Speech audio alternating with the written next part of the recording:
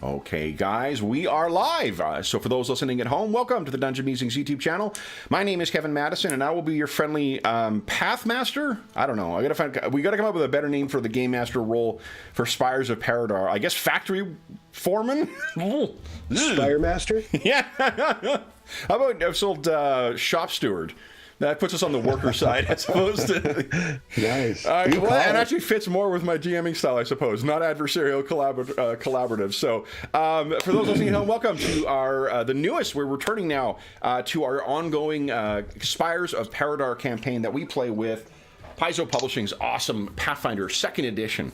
If you are new to the Spires of Paridar campaign, this is we're kicking off a brand new story here, a brand new season as well too. We wrapped up season 1 about a month and a bit ago, and this season, well, we don't have a name for the seasons, but the mystery for today is Ill Tidings at the Poverty Pond.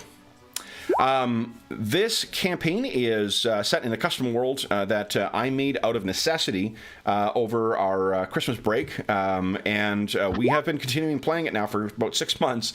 This is set in a city called Paridar.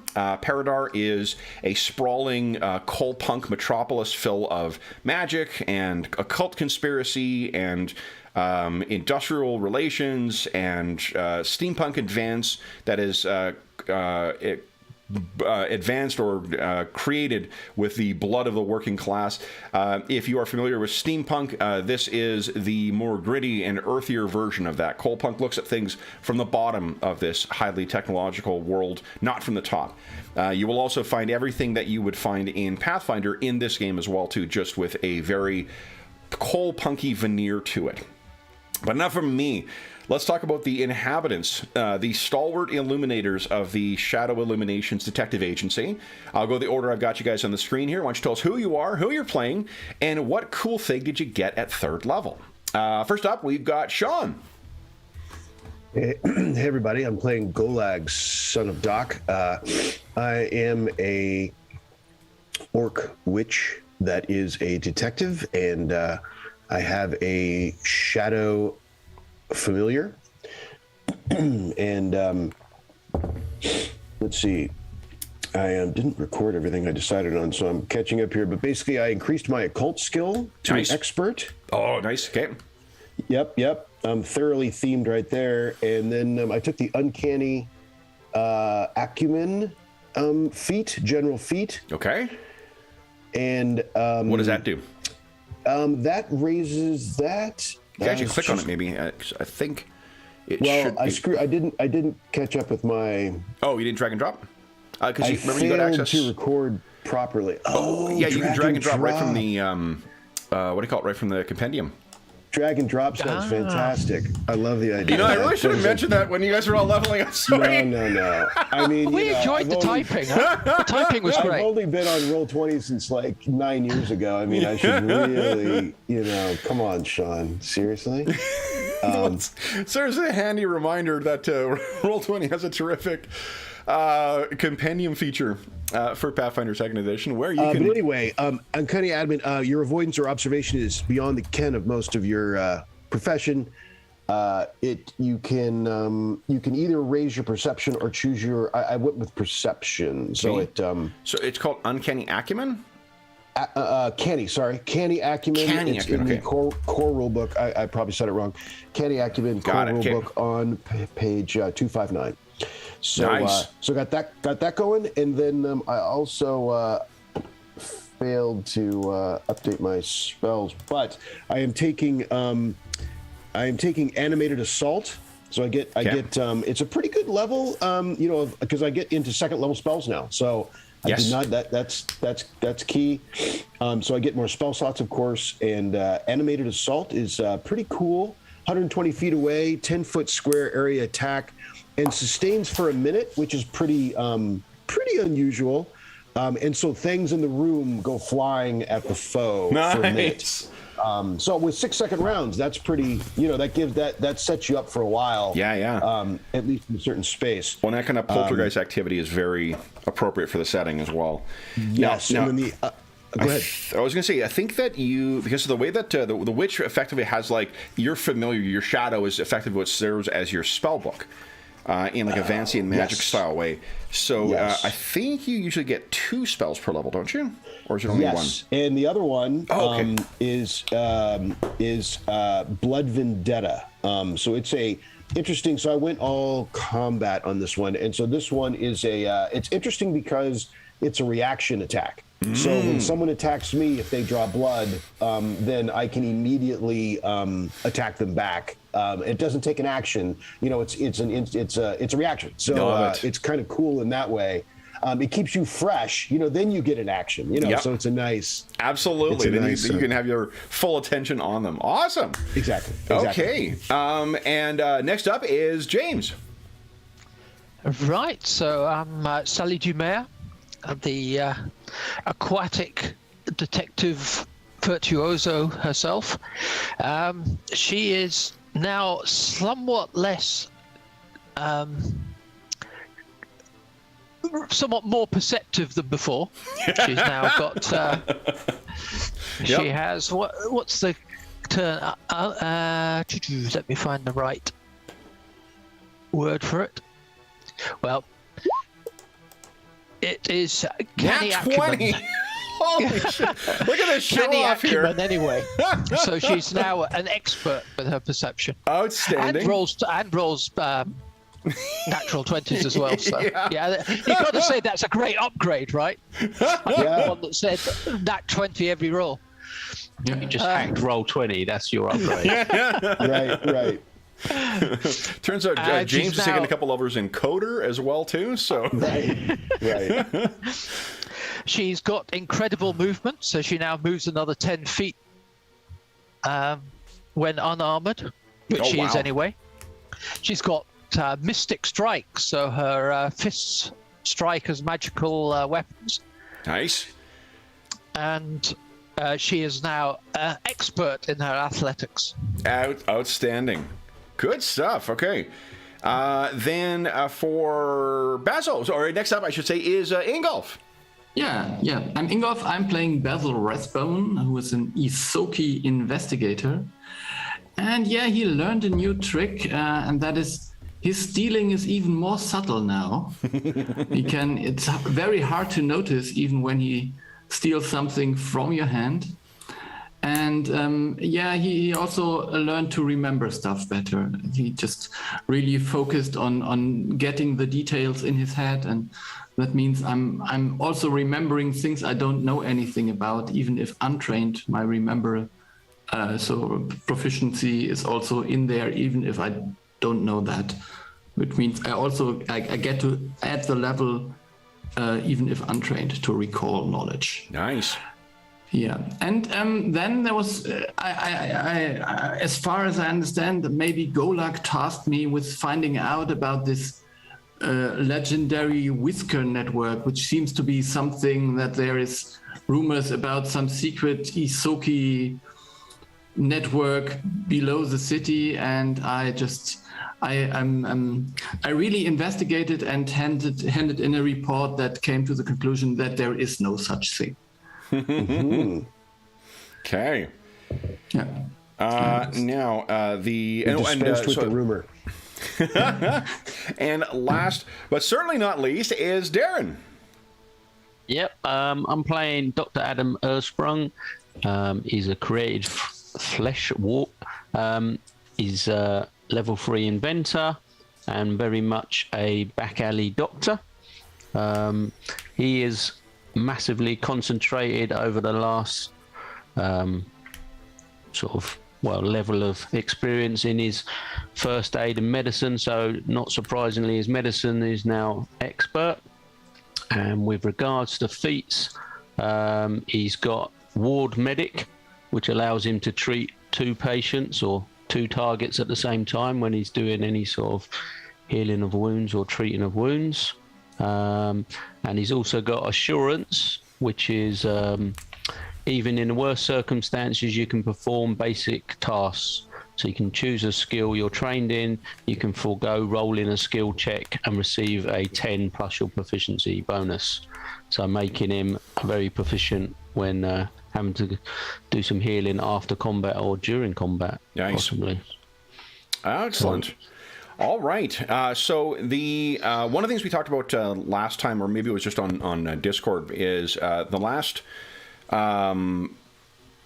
mystery that we concluded was the Endless Odyssey. And what we're going to do is to have some passage of time in the game is as one mystery wraps up, the amount of time that passes between that and the next one is real world time. So we're passing that one, I believe I began around February. So we now find ourselves deep in the throes of the Paridar summer. And what we will start off with is a bit of a cold open. So in the film version of our campaign, what we would see is a wondrous and beautiful park. It is the one in the center of Paridar. While it appears that everything is all coal and industry and despair, there is one lovely bit of green right in the middle, and that is the Paridar Commons. Paridar Commons, however, is a bit of a deceptive name because the park itself is, as we can see, there are members of the Paridar police force that are making their way through, and anyone not dressed for an appropriate picnic is being told to hurry along. They're being directed, in fact, towards a place. It is known as the. Let's see here.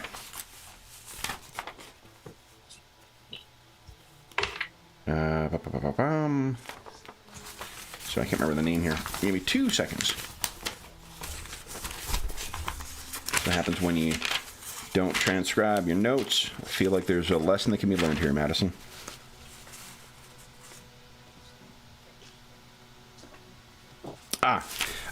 It is the Eckhart Park, but what the park is really known by for most of the folks here is as Poverty Pond.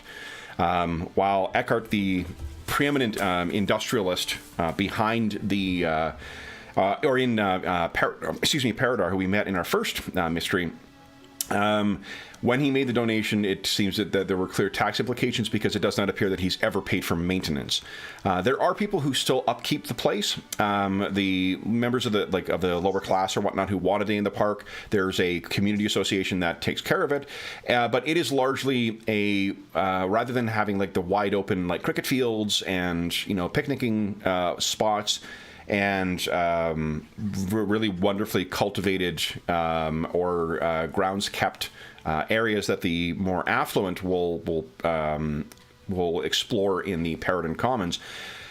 Poverty Pond is really a pond that has light coming down, but there are thick and almost wild trees and growth and whatnot that seem to cramp in on it. So there's very limited space.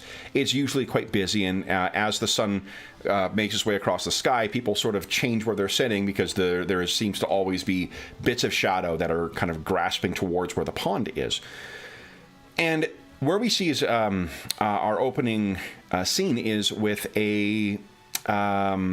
It seems as this is late in the day because there are only a couple of picnickers left and some people who are packing up and getting going. But they look like they have, they, in spite of the kind of rougher, space here and the limited ability to kind of roam free. The look on everyone's face tells you that this is a vacation from the normal.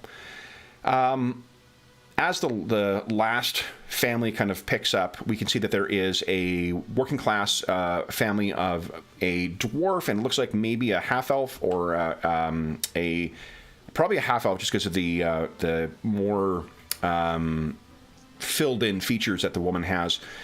We see two kids come running up towards the two of them, and they say, well, we can't find it. We can't find it at all. And Dad looks up at Mom, and the look on his face tells you that, like, he probably said not whatever it is that's been lost, it was probably something he said not to bring. And he says, looks at his pocket watch, which is pretty beat up, but you can tell it's something that he cares for, the flourish that he uses to open it. And he looks at the kids. He says, the park's going to close soon. You don't find that bike, we're leaving it here. And the kids, like the look on their face, you would think that they were just told that a pet died. And you hear someone else, the mother, say, Dan. And he looks up at her and, they're going to lock us in and we'll get fined. And he says, look, you get out here. I'll see what I can do. And she's, you hear that, boys? Your dad will find it for you. And they both, it's that kid's way of like, still eyes full of tears a moment ago. They're back smiling once again. And Dan says, all right, get them out of here. I'll go look. And the kids and Mom pick up, and they join the last of the two families that are leaving just Dan to go looking for wherever the hell his kids lost this damn bike. We see Dan make his way over to the wilds of the trees and the undergrowth, and this has, if you compare, say, like a big city like really New York or London or whatnot type, grounds kept place. This is more like a poorly run campground, because it's just full of like debris and deadfall and whatnot. It's also incredibly a fire hazard. But as he walks over, he walks around the perimeter trying to look in, you can see there is the overgrown statue of Elwood Eckhart, the industrialist who prompted this, but completely covered in vines, so it's almost unrecognizable. You might think this may be something found in a ruin somewhere, as opposed to something that was left behind about, 3 decades, or set up about 3 decades back. He continues walking around, and then he hears a splash. Looks around. Poverty Pond is probably about 100 yards from one side of the clearing to the other side of the clearing, and of that, about half of it is the pond itself.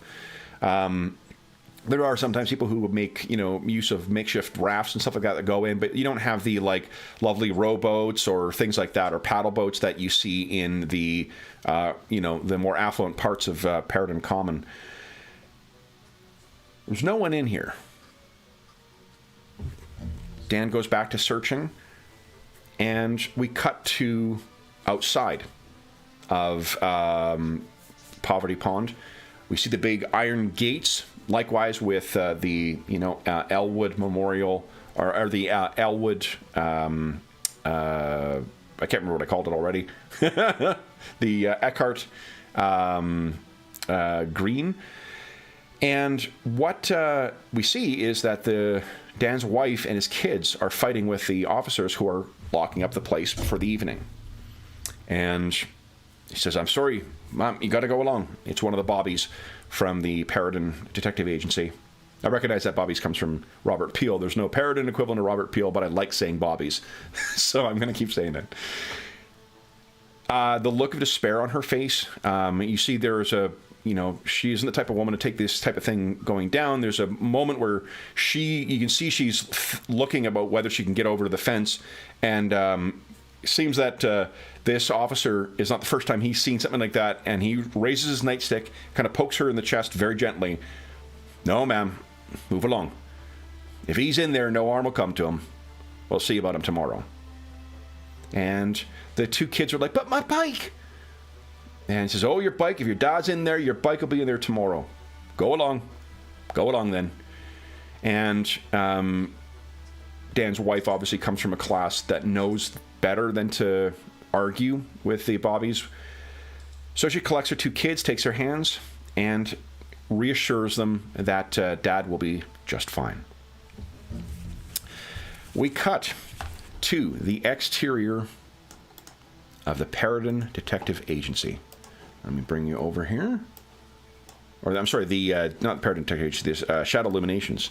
You've gone to work for your dad. It's been an eventful couple of months. He bought us out. That might not be terrible. I don't know. What was the price? So what we see is, as you go in, it seems as if you've had to make one small modification in the last little bit, or at least there is some contemplation. You can see that there is, let me get her name here. There's Sovin walks by and sort of, weaves his way through a crowd of people who are sitting outside of the office, waiting to go in and speak to someone. And the Miss Tabiner goes by, and we see someone drop something from one of the chairs, and the chairs are fairly mismatched. It's almost as if every chair possible in the house was grabbed and has been set up in the foyer here to accommodate people waiting to meet with Golag and the other members of the Shadow Eliminations Detective Agency. It appears that your the success that has been trumpeted by our Gwendolyn Fallow, by Annabella Carrington. Mrs. Carrington has been reporting on you, and it seems as if people are looking for a alternative to the Paridar Detective Agency, your father's rival organization. Mm-hmm. So she almost gets tripped by someone. She's like, "Sir, would you kindly move your feet?" And this very well-dressed human gentleman sort of nods and brings his feet back. There's very little room for him to fit in here because there seems like there's a lot of people, and from a variety of different socioeconomic classes, who have come to see you.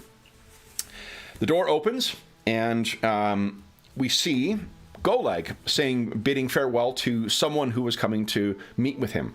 And I want you to remind us all, what does Golag look like? What does he present like right now? He's almost always well dressed, unless there's particularly good reason not to be, to be casually for some very specific purpose. I see a vicious wall of vines attacks you. Yeah, exactly. that was outrageous. I'd say outrageous. But anyway, yeah, so he's got a like his picture, his portrait. He's got a vest on, a tie, a coat. That's just his daily dress, and he straightens himself, and part of his little ritual, and looks about the room and frowns at Sylvan because that's what he does. Yeah. Sylvan looks at you, and he gestures. It's odd that he seems to always be there when you open the door, almost as if he's watching from somewhere. And he says, next, and he gestures, this is, and I'm trying to tell him, Anna, hold on. Mr. Parlow from the Assurity Insurance Agency. Mm-hmm. I see. Have I ever heard of Mr. Pargo or the company? Yeah, you don't need to make a roll. Assurity is one of the major insurers for underwriters for different, different major expeditions, particularly like sailing expeditions. Anything that involves a great deal of risk in a mercantile capacity, they are one of the ones who undercut that or underwrite that. So this wouldn't be like a fire loss or something like that. I look suitably excited. Not excited, but I look suitably pleased because insurance companies pay their bills, and so I'm happy about that. Well, and also so insurance companies, hired, as like an institutional client, as it were, as opposed to your normal individual clients, institutional clients generally have one person. So, like, they've got an accounting agency or a department that pays. They generally go to bigger places. So this is there's either something's gone very wrong or very right. As far as the agency is concerned. You can also see that someone has one of the Paridar Times newspapers up, and you can see on the cover of the newspaper there is a headline that reads, "Repent, Harlequin," said the TikTok man. And you guys know what this is about because there is said to be a automaton or clockwork assassin who is killing members of the Paridar government. And behind what they say, or at least what's rumored, the police have refused to release information about this, but it's said that in the victim's own blood, the murderer writes on the walls, "Repent, Harlequins." That is a concern, though, for another day. Mr. Parlow gets up, and he is probably in his like late 40s, early 50s, but graying early. He has the look of someone who is well groomed, but with soft living. He fills out his suit that looks like a quite expensive thing, but very conservative. He screams, affluent man of business. Golag says, "Oh, Mr. Parlow, Sylvan, see to some refreshments," and then waves in Mr. Parlow. I approach him and I offer my I think hand. as you say, "See to some refreshments," you realize Sylvan his eyes go over to Miss Tabiner, who has a fresh tray of drinks waiting to bring in for your next appointment. Yeah, I ignore all that. I could care less about that. Yeah. And so I approach Mr. Parlow with hand out. But you can tell that Sylvan, the arcing of the eyebrow effectively says, "How nice of you to master my job as well as your own, master." Yeah, it's I push right past that. Yeah. And put out my hand toward Mr. Parlow, and he shakes your pleasure, hand. sir. Thank you. And he gets up, and you can see that his leather folio looks quite, not folio, but like briefcase looks quite new, and it has embossed in it the initials of the Assurity insurance agency.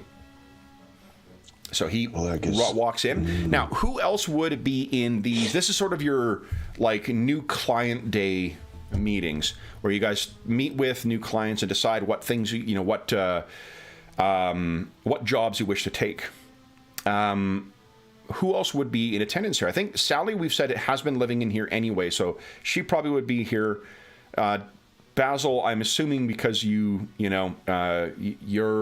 sort of the lead investigator here, you're likely to be in attendance. Dr. Ersprung, do you think you are attending?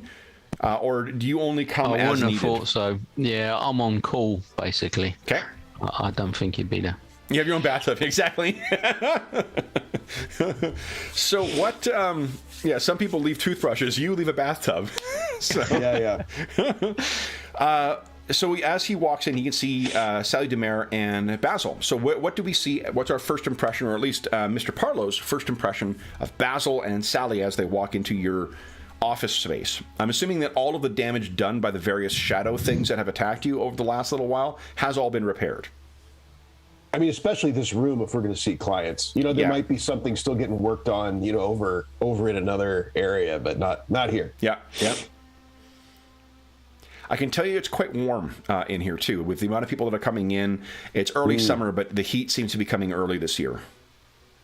Is it dry or humid or? It is quite, Two Rivers are going through it, so it is quite humid. Not like East Coast U.S. humid or like, South America humid. Like, it's not super fucking hot, or Northern South America, I suppose. But it's uncomfortable. Like, it's sticky hot. Still, that's nice, huh? Oh, yeah. Sally's quite at home. How about Basil? How is he handling the heat? It's too hot, and it's probably not good. But I think he's more crouched there and like a writing clerk, trying to not to be of any notice to anyone, to perceive what's going on. Sure. So Basil, why don't you give us a society roll? Basil, Golag, and Sally. Let's get some dice rolling right away. Because I'm about to give you guys your first hero point for the session. Mm-hmm. Nice. Basil has been doing some research beforehand. I think Sally's actually quite good at society as well. 20, okay. So what you would know is, Golag, the basics of what I've talked about the Assurity insurance agency. Assurity also, what you know, Sally, Assurity is one of those, like, you've met members of Assurity, like board members at the at some of the soirees that you used to attend. So it's a big enough company that people are well off enough to either be aristocracy who bought in on the company, or they're well enough to, rub shoulders with the elites, as it were. Basil, you have a pretty damned good idea of what's going on here, because there has been a mystery, not something you've been investigating, but just something that was very curious that came up. About a week and a half ago, there was a ship that arrived in harbor called the Blackwall. And while the Blackwall is, ships coming and going from the harbor of Paridar are normally no big news, there were two things about it that were quite curious. One of them was that the Blackwall was back several months before it was supposed to return. So that's unusual. When you have a ship coming back early, that rarely is a good thing. It either means sickness on board, it means a tragedy has befallen the ship, it has come under attack maybe, or there is a loss of cargo, in which case, why bother with the voyage? This was a merchant ship as well. The other curious thing about it was that it sailed into port without a single soul aboard. A ghost ship, the paper said. Now, there was some initial tumult with getting, the Paridar equivalent of tugboats and such out to sort of prevent this thing from crashing. But, yeah, because you were interested in this, is that the Assurity Insurance Agency underwrote the expedition. So they've got a bunch of claims from dead seamen, from lost cargo, from all that stuff. And I guess the cargo, for one, is not gone. It's just its loss of revenue is, I guess, what they're claiming. That's a big potential claim. A lot of death benefits stuff and whatnot. So if there's someone from the assurance agency and it's a weird claim, maybe your reputation, or at least what's being built up in the papers, may actually be yielding some benefits.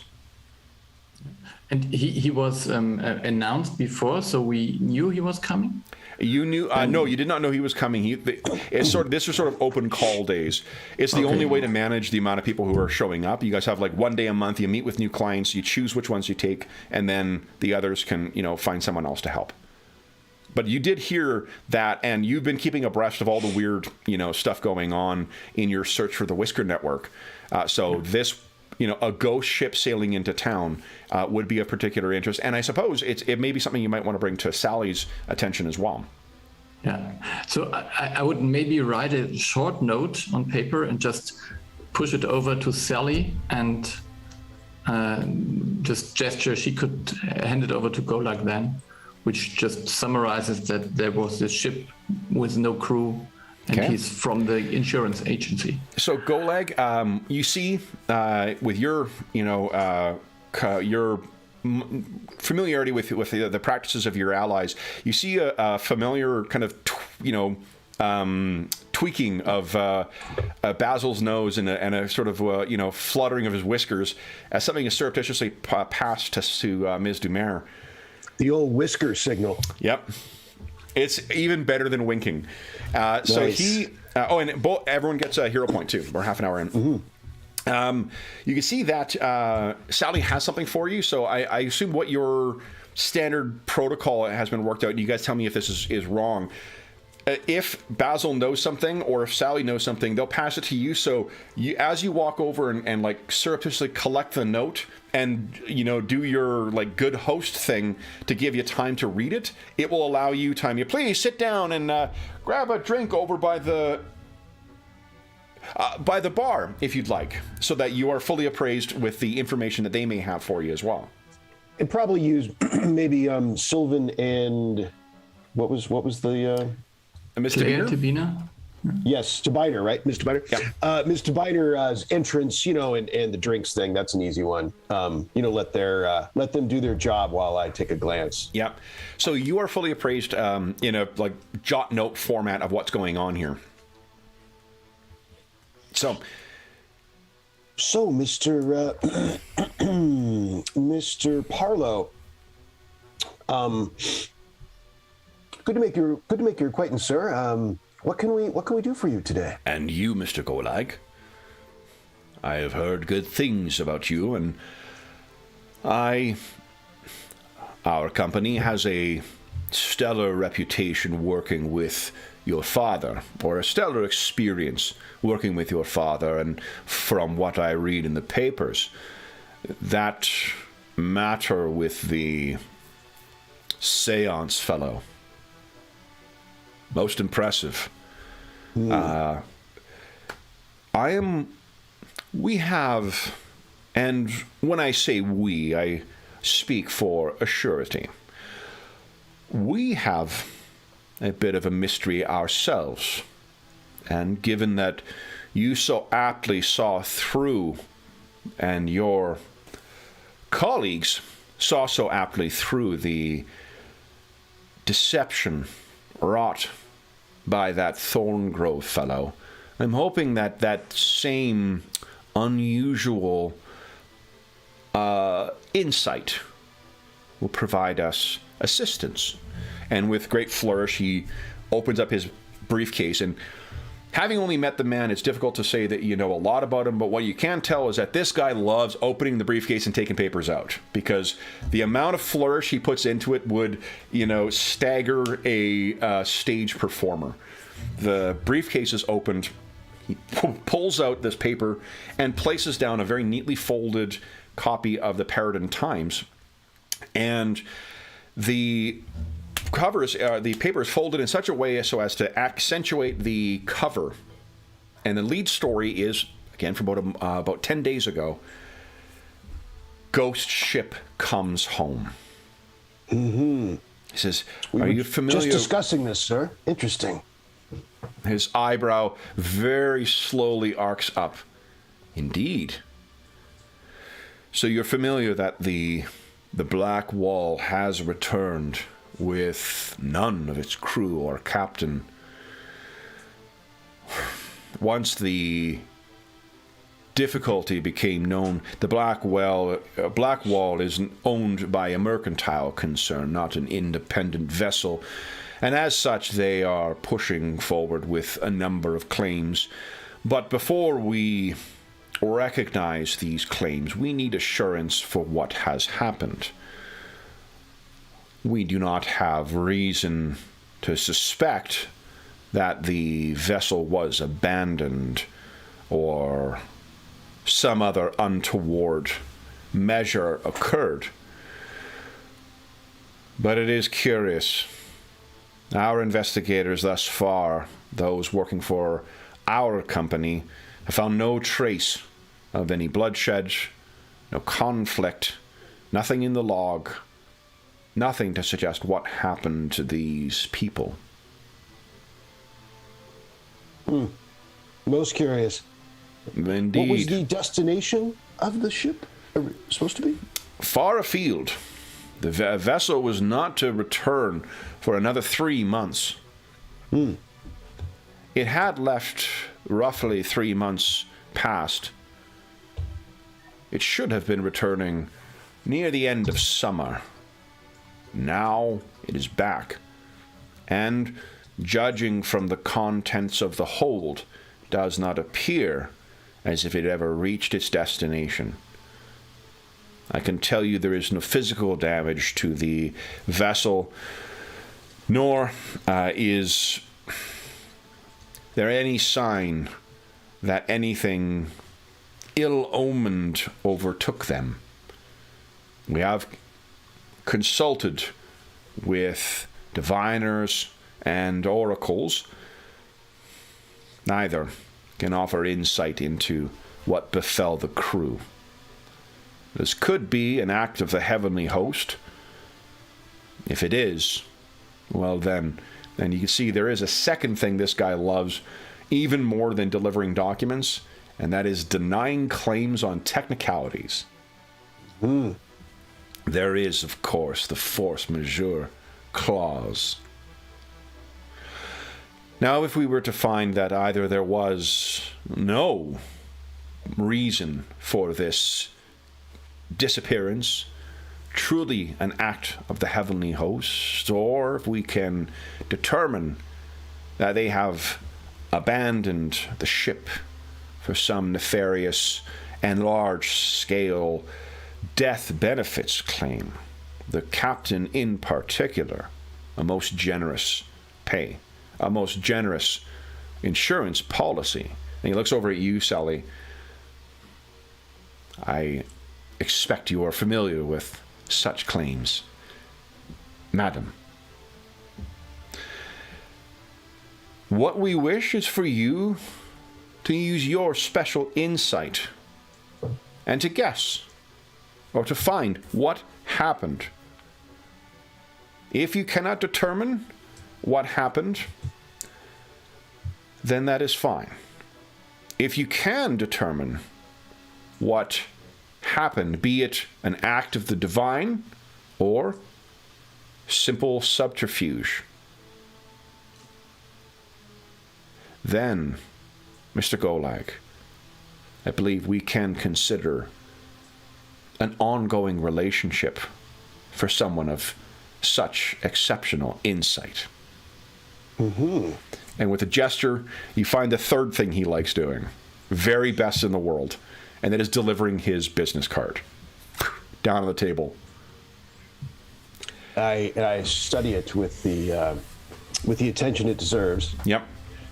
It is. You've never seen a thing look so expensive and so boring all at once. I run a finger over the embossed lettering. Should you wish to accept your terms, should you wish to accept this engagement, Mr. Golag, we will pay certainly at a premium above your regular rate to ensure it receives your undivided attention. Thank you so much for your time. And he turns, nods at Basil, nods at Sally, collects his briefcase, and makes his way towards the exit. Give him a little nod, and still holding his card out in front of me, and says, well, delighted you came to us, and we'll be in touch very shortly. I will look forward to it. Thank you all. He turns, puts his valise under his arm, and heads towards the door. Almost on, what do you call it? Yeah, I may be playing to the crowd here, James. with the door opening, Sovin seems to once again have it masterfully timed. And what you can see, it looks like there's only one other person or one other pair of or one other person waiting to see you guys today. And that is a woman, a young woman. Looks like from her dress, it looks like she comes from a factory family, perhaps, or at least the working class neighborhoods. And she has 2 children sitting with her. Her features seem human, but the slight point of her ears suggests that she may be half elven. So, Golag's probably a little bit lost in thoughts of grandeur and glory of insurance, massive insurance pay and long contracts, but maybe Sylvan, like, hello, we're still working here, to Golag a little poke. I think what he does, he gives you always a moment after, if need be, and with this one, so he closes the door, so you 3 have an opportunity to speak. Okay. Yep. I look around kind of officiously and excitedly and kind of waving the card. How about that? Our work has brought us to new horizons, and this looks most interesting, don't you think?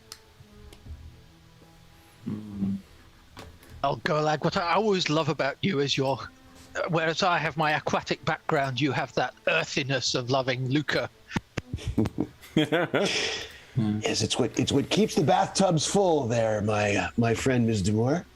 But this, I mean, no insults to Sally, but this is kind of fishy, isn't it? I mean, this is weird. Sorry, I was writing something down. A little bit of delayed response on my part. You mean his desire for us to find certain results? So, yeah, no. So I'm puzzled. So this ship sailed back into the harbor on its own, And he said they had diviners and oracles search the ship and they couldn't find anything, not even magic to guide the ship back. I know. I smell a rat. Parry and riposte.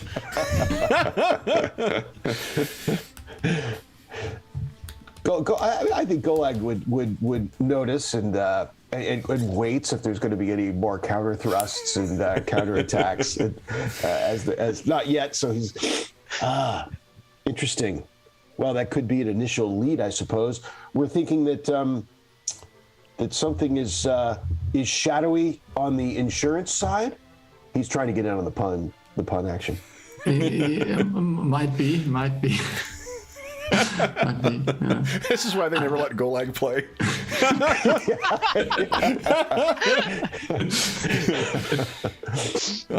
So the I guess if there's nothing, what is the consensus for this? Is this a contract that you guys wish to take?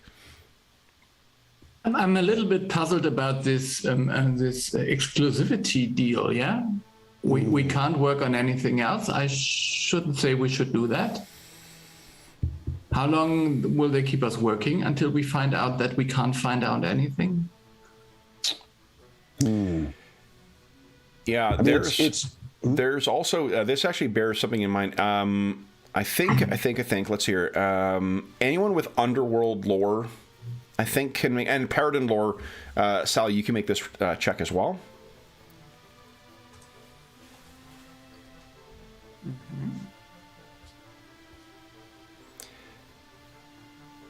Because there may be some. Oh yeah, Basil. Oh yeah, and Sally. So here's the thing. I think Golag. You're right. Like I think maybe you're distracted by the prospect of like the business card. Holy smokes, delightful. Well, I mean, like you could hire more investigators. Like the amount of work that would come from a relationship with one of the largest insurance companies in Paridar. Well, best yet is my next conversation with my father. How about that? We can have spin-off campaigns. Like this is incredible. Right? Yeah. What Sally and Basil both recognize, though, is that this is one of the reasons that your father got so rich so fast, is because two different things that the detective agencies do for you. One of them is obviously to bully and beat up labor and to deal with. Actually, no, we're going to put John in, but we're going to hold off introducing his character just yet. Let me put Chad in here. There we go. The other thing is to fabricate evidence. So what this guy may be looking for is not so much for you to do an investigation as much as get a conclusion and then find something to support that. I could be going out on a limb here. That conclusion might involve no payout. That one likely would get pay. If you guys are able to give them the cause to deny the claim, say, because of force majeure, well, you just save them a shit ton of money, and the money spent on you is less than what they would have paid out on the claim. Our aim would be that we prove no payout to the claimants. Yeah, yep. Exactly. Yeah. Boy, just the potential of the future business, the relationship is. I mean, my father's large concern was built on relationships such as this. It's most attractive. I do take your point, Basil, about the exclusivity to heart. I mean, I suppose it depends on the payout, though.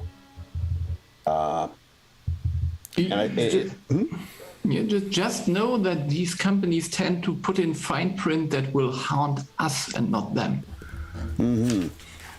Well, that would support us having a good look at the agreement and not brush over that, even though it may have embossed lettering like this card. You guys do have... So we'd need a minimum guaranteed payout. I think the only lawyer you've met so far, or at least the only barrister you've met in or solicitor, I should say, for this guy, that you met in the campaign is that corrupt motherfucker who worked for Eckhart. Right. So What does it say about my my perspective that all the lawyers and all the insurance companies are crooks in this game? Right. Welcome, John, too. Hey, everyone. Hey, John, we'll be Yeah. introducing your character shortly. The guys don't know. They may have seen your character and anything, but they don't know who you are, so we're going to introduce you in game here. So I figured as much. Okay. I'm content to sit and listen. nice.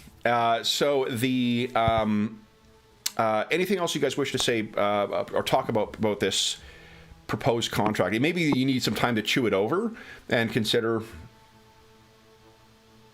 Now, I just throw out the other possibilities that there's something that they're doing this to keep us occupied and away from something else more sinister. I would rather fear that you remember that we haven't solved the case of the missing captain who turned into kind of a monster and disappeared into the ocean. And maybe this is related, so I think we have to investigate. But Okay. God, it could have just been because you've been so busy. It's been months since you've seen Mrs. Hunter. Sally, but since you guys got that big apparatus from her at the conclusion of your last case, or the last big case we know about, you've been intending, which just life kind of gets in the way. I guess you've been keeping yourself busy with whatever else.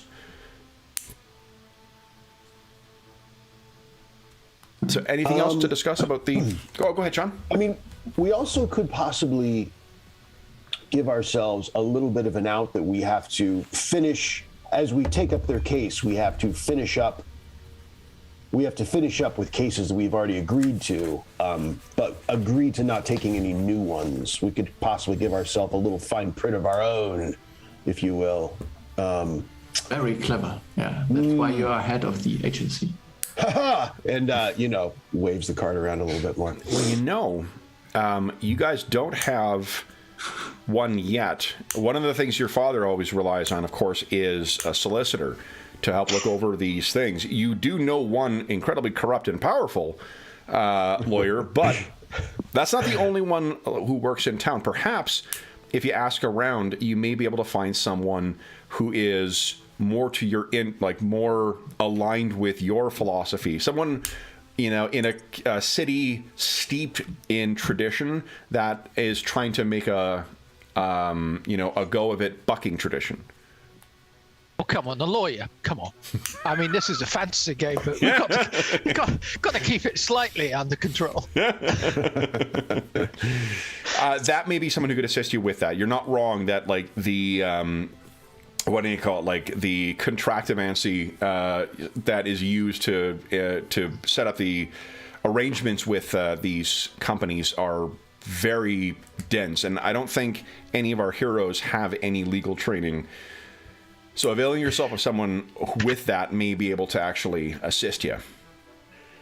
Yeah, I mean, I'm thinking up until now, with individual clients of the type we've had, that Golag maybe has trusted his own familiarity with the business. He'll look it over and say, this is fine, this kind of a thing. But yeah, for something like this, he's like, we're going to have to outsource this a bit.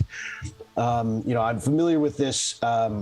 My father would do this, and I hesitate to go to any of his sources. That's probably not wise. It would most certainly, despite any of their assurances that they would not alert my father, we could not trust that. So we need to go away from his legal tendrils and ask around for a bit of assistance in looking over a contract such as this. I think that is wise, as all of you have said.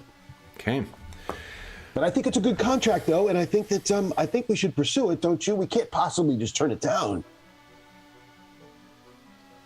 No. Okay, good. It's settled then. And he says, Sylvan, whatever. So you cry out, and then Sylvan opens the door and says, "Sir, your final appointment for the day, Miss Winifred Shea." And she gets up, and a marked contrast to your last guest, your last client. Really could not be, a more marked contrast could not be found. She gets up. The kids look like, they outgrew their shoes probably about 6 months ago, and she leads the kids in to share what has happened to her. But we're going to leave that scene for a moment and cut to a scene in the streets. And there is a carriage that is riding low in the, low in its springs that races along. It's one of those like single black, enclosed carriages. And it is pulling up to a one of the places that I suppose it's prestigious, but not in a prestigious neighborhood, because this is the city morgue. The door opens, and we see stepping out Dr. Ersprung. And Darren, why don't you tell us what he is? You are here on a matter of business, and or a matter. This is of, I should say, business. It's a matter of personal interest for you, and something that is worrying. So what do we see as he steps out of this? So he steps out of the carriage. He's got his usual fairly tatty black trousers that once was probably was a fine suit, but that was many, many, many years ago, and probably stolen or taken from someone when he was created. Normally got a sort of fairly plain white or black sort of, almost like a t-shirt with the V collar sort of neck, and that's his dress. Okay. Normally a fairly sort of solemn looking face, but always has a smile for the sort of the poorer side of town. Sure. Knowing that you are coming here on a medical, or for a medical reason, and a medical investigative reason, will that affect whether you bring Igor with you or not? Or is he always with you?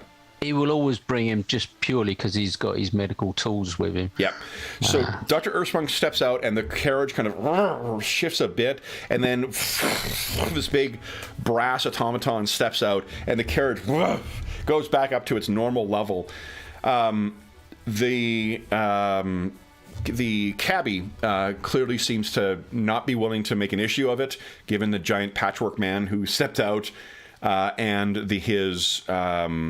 It's not an automaton because it's clearly not, it's just not constructed the way that the automatons are, the ones that fought in the war. But whatever it is, he's certainly not going to pick a fight. So he takes your pay without comment on the damage to his potential damage to his shocks. Not kind of doffs his hat to you. Thank you, sir. And then the carriage very quickly rides off. Now, why you're here, Dr. Ersprung, is to meet up with Dr. Abraham Raycroft, your colleague, or I should say your friend. I think you and Dr. Raycroft can easily be described as friends. And with you to have an appointment with the city coroner, whose name is Leland Reed, Dr. Reed.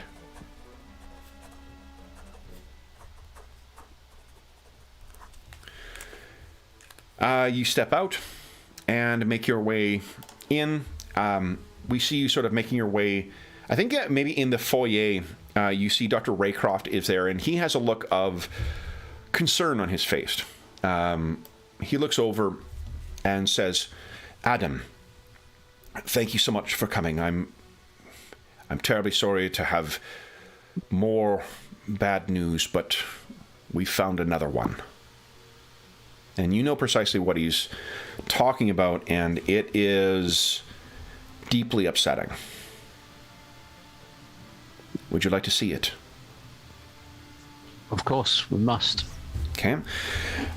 We see you sort of winding through the halls. You get to I'm not sure what you call a doctor's like change station kind of thing, but you put on the medical whites that you need, and you make your way down into what is the there are rooms in the city morgue where there are more proper autopsies, with the most advanced techniques available to Paridar science. This is not that part. This is the bodies of derelicts, the bodies of transients, people murdered in poor neighborhoods or found in the rivers. And you're making your way along, and there are a bunch of bodies that are covered up. Just, it seems like this may have been used to store grain or something at some point. Very low ceilings, curved all the way along, and you can see walking towards you Dr. Reed. And Dr. Reed is a woman, or did I say, I said Leland, didn't I? Let's make it Leslie. I got my head on something, another idea right now. She is probably in her mid-50s. She's got brown hair that was brown at one point, but is almost completely gray at this point, pulled up in sort of a bit of a bun, severe jawline, and a stare that, or a glare, I should say, is maybe a more appropriate way of saying it, that can really, keep other riffraffs in line. She walks up and she says, Dr. Raycroft, Dr. Ersprung, thank you for coming. This one was found in the river. It's pickling, and it will be off soon. Come. And she says, it's just like one of the others. Found maybe 300 yards down the river from where the other was found. The last one, at least. I think that this final one may have been dislodged by something else. And she leads you over to one of the many bodies that is covered by a white sheet. She walks over and pulls the sheet back. And if there is a reaction you have, Dr. Ersprung, you can tell us what it'd be once I tell you what you see. What you see is a woman's body. Waterlogged, it looks like the bloating, like your medical training kicks in at first. You can see that there are signs that this thing has been in the river for a while. There is, it's clearly been plant or water life, fishes and whatnot have clearly fed on parts of this thing. But the thing that really stands out to you is that many of its body parts do not match. There is stitching between many of the parts so that she has the look of a doll pieced together with parts of other people. Now, we haven't talked a great deal about the flesh warped, in here, but Dr. Ersprung doesn't know who his creator was. And he's, as far as you've known, is a unique creation. Dr. Ersprung, this is the third body that has been found that has been a patchwork person washed up in the river. The last one was found about 2 weeks ago. It was a man. And about 2 months before that, shortly after 2 months before that, shortly when after the river thawed, there was a young boy's, probably between 10 and 14. It's difficult to judge given the patchwork nature of it. Every single one of these bodies stitched together in a manner seemingly very similar to your own. Each of these, though, there is, despite the damage from the water and all that stuff, it is easy to see what the cause of death was, because it seems as if some metal implement has been driven into their skull. I say metal because of the clean way it breaks the bone, as if someone placed something on the forehead and then drove it in there. You can see the same, although it's, bloated and whatnot, the same hole is in the this woman's head. So Raycroft shakes his head. A third. So we have a family then. And Dr. Reed says, yes, it seems you may have relatives, Dr. Ersprung. Yeah, I'll give her the dirtiest look that Yeah. she wouldn't have been expecting. Yeah. And sort of just completely blank her, ignore her, and go over to the body to check for the same signs. You know, does it look like the same stitching? Does it look like it was created by the same person? So a lot of that stuff you're going to get automatically, but let's get you a medicine roll or first aid roll. I can't remember. It's medicine this game, isn't it? Yeah, medicine. Oof, you want to spend a hero point? I feel like you're better at medicine than that. Yeah. Okay. Yeah, I will. Nice. All right. So, yes, same stitching, to the point that like the actual medical grade stitching that is used in here, it actually may be from the same manufacturer. So the stitching is the same. If you decide to perform, she doesn't care. This is a derelict body. You can do whatever type of invasive investigation you want. I think if you have, I'm not sure what like exploration you've done into your own anatomy of how it's put together, but if you have looked into the others, they are very, very similar. The keen level of surgical detail or surgical practice that's put into here, it is identical across all three of them. Do you think that like it would be extraordinarily painful and probably quite damaging to do investigative stuff into yourself? But do you think Dr. Ursprung has done that at any point, or has he just remained curious? Not himself. Yeah. He's often thought about it and basically sort of bottled out for various reasons. But he would have definitely given the previous bodies a thorough investigation to try and learn, how it even works. Yeah. How could this even be possible?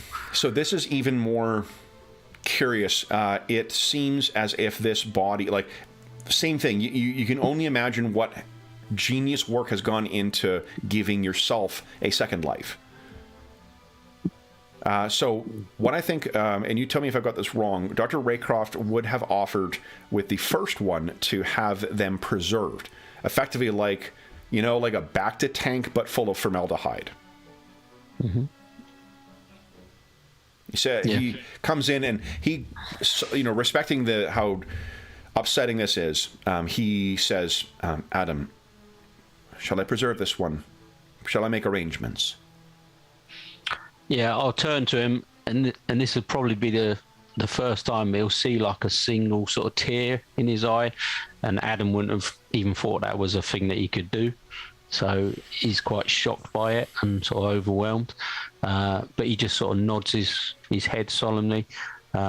He's also looking to see if he can recognise the race of the sort of body parts. Is it coming from it human looks like, or...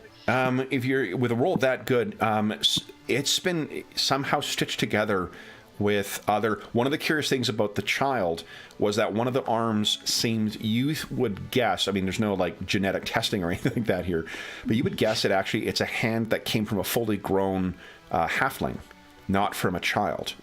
So, and similarly, this one seems to have, there is an eye that has a distinctive structure to it that is elven. And the ears don't match. One of the hands is a little bit oversized, so, or I should say the forearm and forward, it may actually come from a dwarf. So they may be making, whoever this person is has not only managed to piece together, if these things lived at some point, then this person managed to piece together a creature, like you're made only from human parts. This seems to be an either more desperate or more innovative use of whatever surgery that may have made you. And I assume myself and Dr. Raycroft have been doing a bit of investigating it. Is there any news of any sort of missing bodies from any of the morgues or graveyards or anything that could relate to body parts being... Nothing as of, I mean, that's always the, like the Midnight Men are always sort of a or what do they call them, the resurrectionists. They always are a problem in Paridar because there's never enough for the people who want to study bodies, particularly with undeath being an actual threat in Paridar. But I mean, nothing stands out. No mutilated bodies that have been found recently. So whoever this is, whatever the work was, it unfortunately gives a maddeningly little insight into whoever is behind these things. So with that, if Dr. Raycroft is going to sort of take care of the sort of the body and take it to, I assume, his facilities for the sort of storage for now. And I'm sure we've sort of had conversations about this already.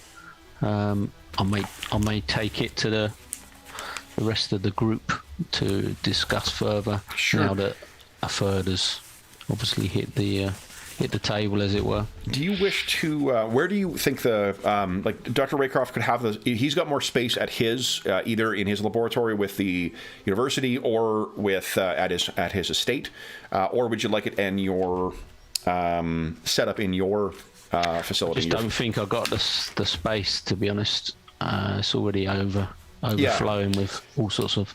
When you've got the whole basement, I think full of. What do you call it? Full of that those experiments to try and treat the rose petals and the vampiric stuff going on.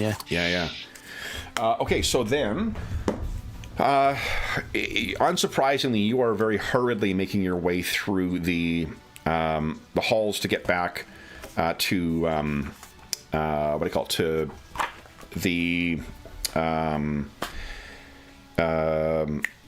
what's it called? To get back to the, office? Office, yes, thank you. Sorry, I'm trying to look something up and talk at the same time. I'm trying to remember where something was that I needed to look up here. So it does, maybe isn't a surprise that you are distracted such that you miss someone who seems to be waiting. And you hear a... I thought that you had cultivated better manners, Doctor. And this is near the foyer, and lurking in a hallway is Dr. Elizabeth Green. And for John's benefit, how do you guys know Dr. Green? I'm just trying to remember what our interaction was. Anyone else can jump in too. I think we first met her when we were investigating the disappearance of Captain Hunter, and she was working on that case as well and trying to keep things under the radar and so on. Yeah, Sorry, I was just going to say, I think we met her when the serum disappeared, the medical serum for the vampiric. Yeah, she works for the 9th Paridar Medical Corps, which has transitioned from a wartime magical, alchemical, experimental science unit that led to the development of the vampiric serum that has the Dampier population of veterans in Paridar, but it's seemingly other things as well. Your colleague that you met from the Order of St. Sylvester, he likewise said he was a product of the 9th Medical Corps' developments. They also seized, I believe, the body, didn't they? Yeah. Or it wasn't they seized the body. One of the people who was arrested that was part of Captain Hunter's crew. He ended up in the care of the 9th Medical Corps, but you've not heard anything further about that. You haven't seen Dr. Green really since that one time you ran into her at that party where you guys were investigating the Elder Order of the Endless Odyssey. And she says, "I'd heard. She seems as if she's not quite sure how to say this, but she says, I am sorry. You did not know this one? No, this is all new. This is very new to us. But the third one is even more worrying.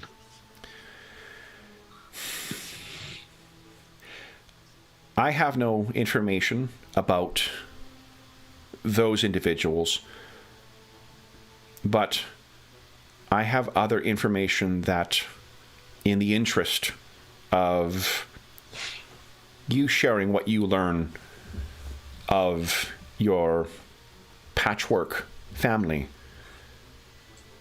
I have information that may relate to your friend, Ms. Dumer. Might I steal an hour of your time?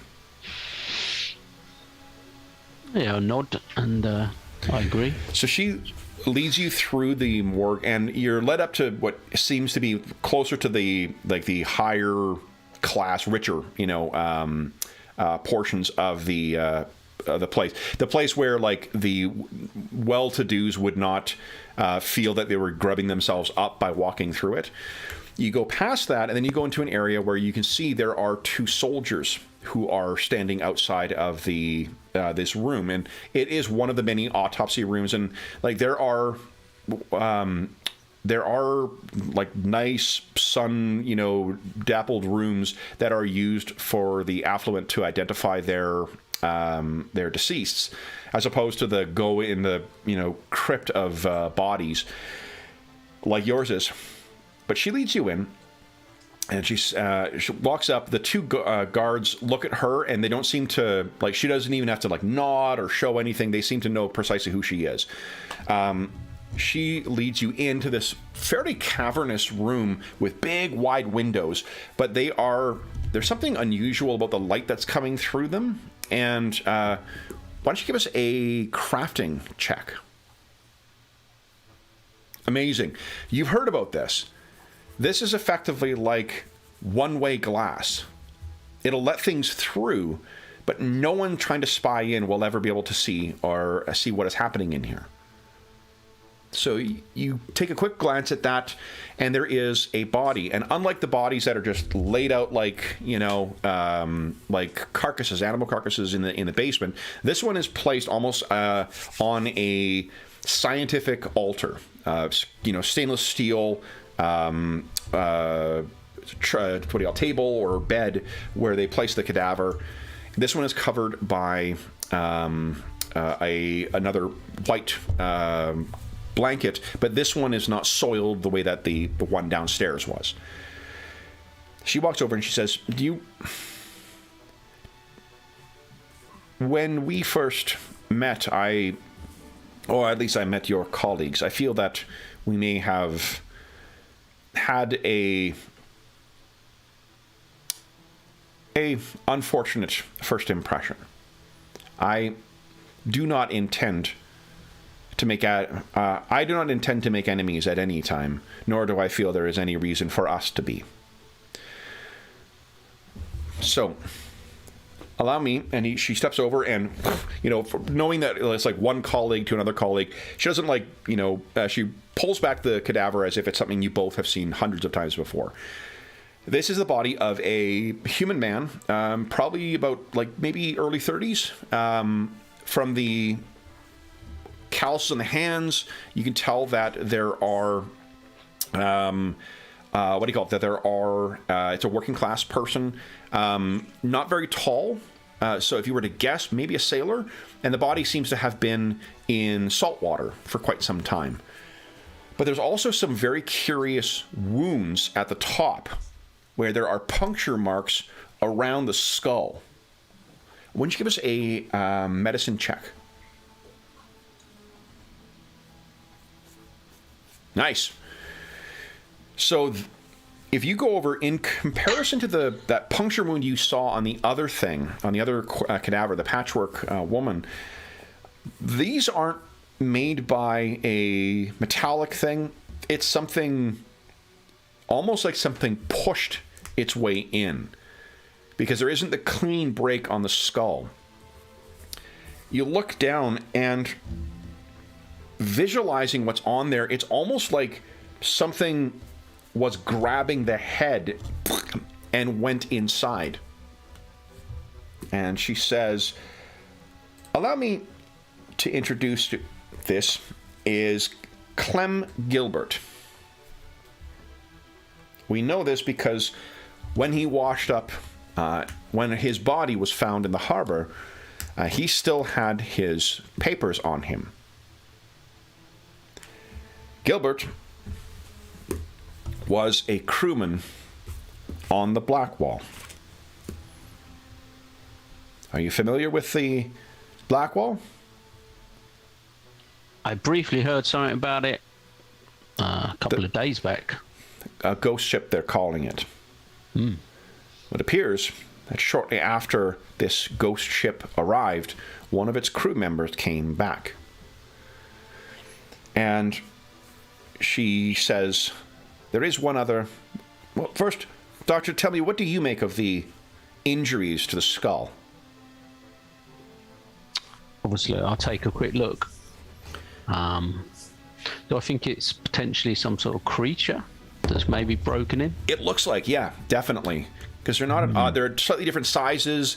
And is that, you sort of spread the skull back a bit, and it looks like there are small bite marks as well. Only into the flesh, not into, maybe into the skull. Not the puncture wounds that there are on the other. Almost as if something with a maw grabbed onto the head and then something else went in at different angles. Maybe some sort of creature or parasite burrowed into the skull? She has a look of being impressed, which is very perceptive, Doctor. She walks over and opens up a cabinet and pulls out 2 jars of formaldehyde or some other kind of preserving liquid with a vaguely amber color to it. Sets them down on the table next to him. And what's floating in there are 2 strange, like almost like pinky purple tentacles. And what's drifting in there is, she said, these were extracted from his skull, severed. They're different sizes. We don't know what affected them, but they seem to have been shorn off. And she holds up the one.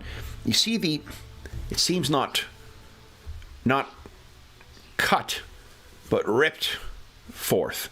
And you can see that, like, yeah, that's exactly what it looks like. It looks like something was wrenched free. It doesn't. I'll let you roll that medicine roll forward. It doesn't look like it looks like like an octopus or a squid's, tentacle. It's just, this is the only we've heard in light of the strange effect of your Ms. Dumer's friend, the disappearance of them. We wanted to know if she had any insight into this, but you must understand that this is a matter of discretion and national security. We don't know what these are. We don't know what it was doing to their mind, but if there is an entire crew of these that sailed back in and only jumped ship far enough from shore to be able to come on, we don't know if the crew is gone or if they have simply disappeared. My knowledge of maritime matters is limited, but it seems, from what I've been told, highly unlikely that a body would follow along with a ship and then dock not long after. And I assume this is the only one you've found so far? It is. So far, but we are still looking. Hmm. Have you any insight?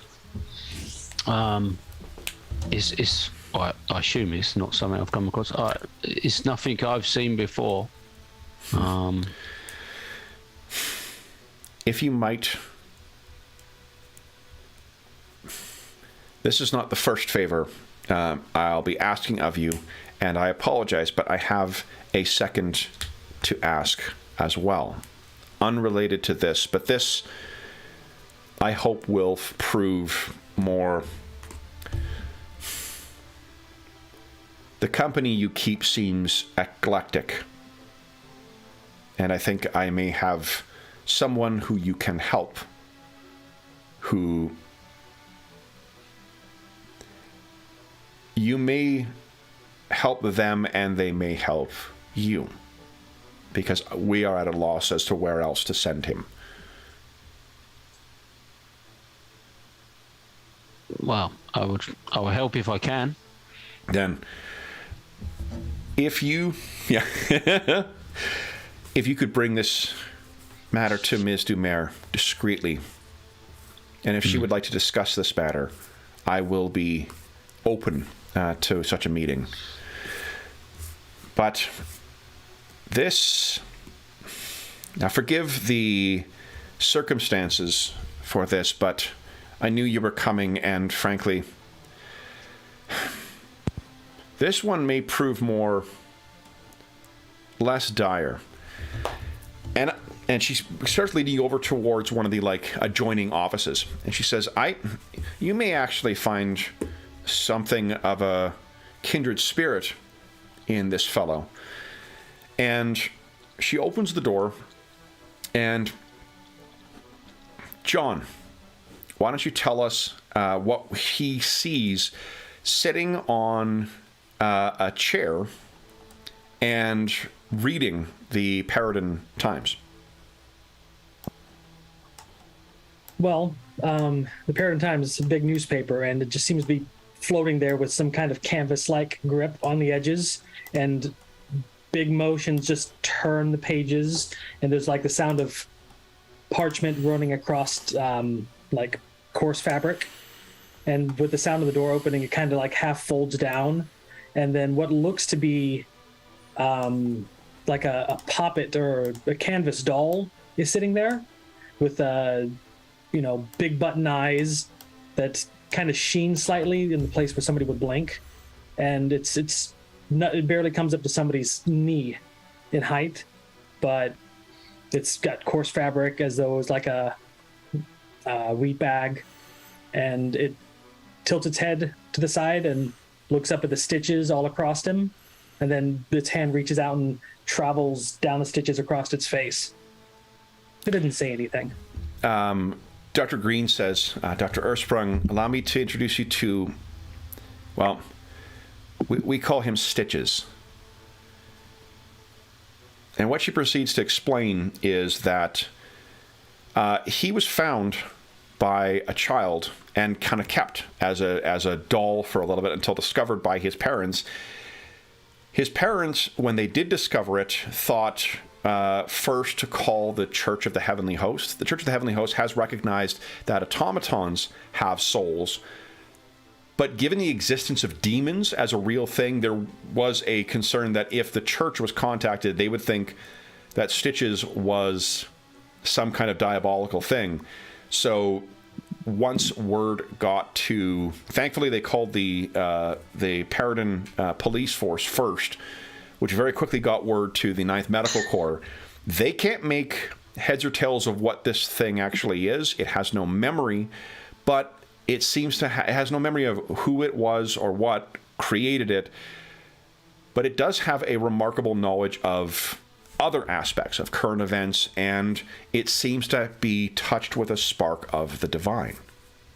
Yes, there's if you get close enough, there are some faint whispers that kind of travel near it, but they're not intelligible, but to Stitches they are.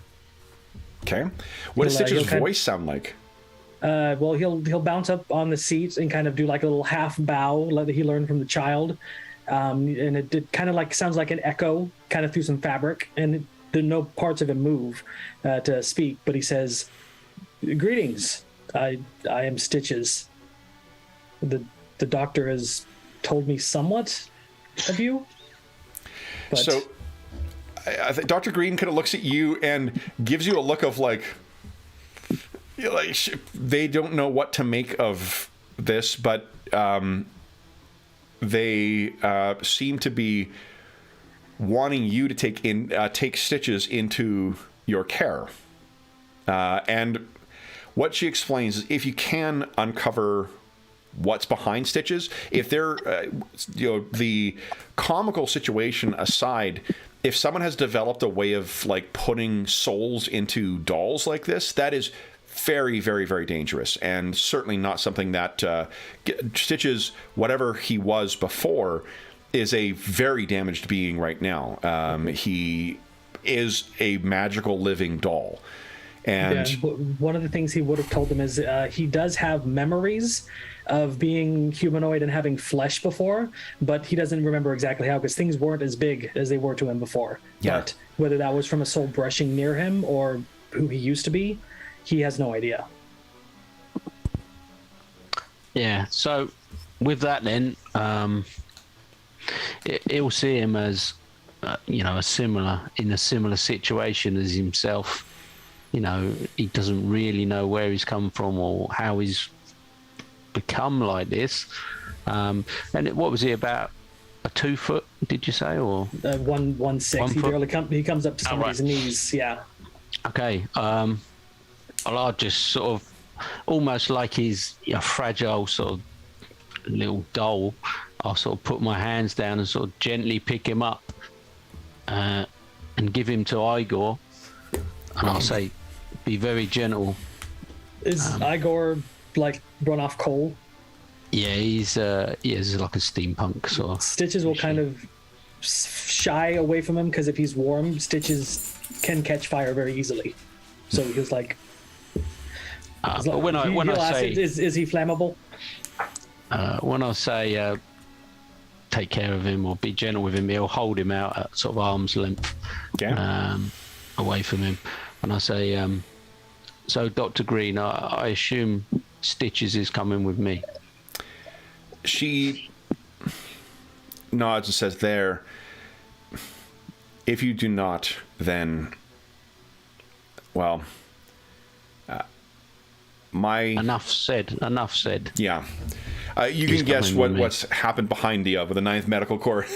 This may be a best outcome for Stitches. Of like, let's just get him into the hands of someone else so we can get him out of the way, as opposed to him being dissected, by the others. We are sort of two things. One, everyone gets a hero point as well, too. I'm well over time for awarding that. And two, why don't we take our mid-session break now, guys, and then we'll come back and see what Mrs. Shea had to say. So we'll be back momentarily for those listening at home. Cool.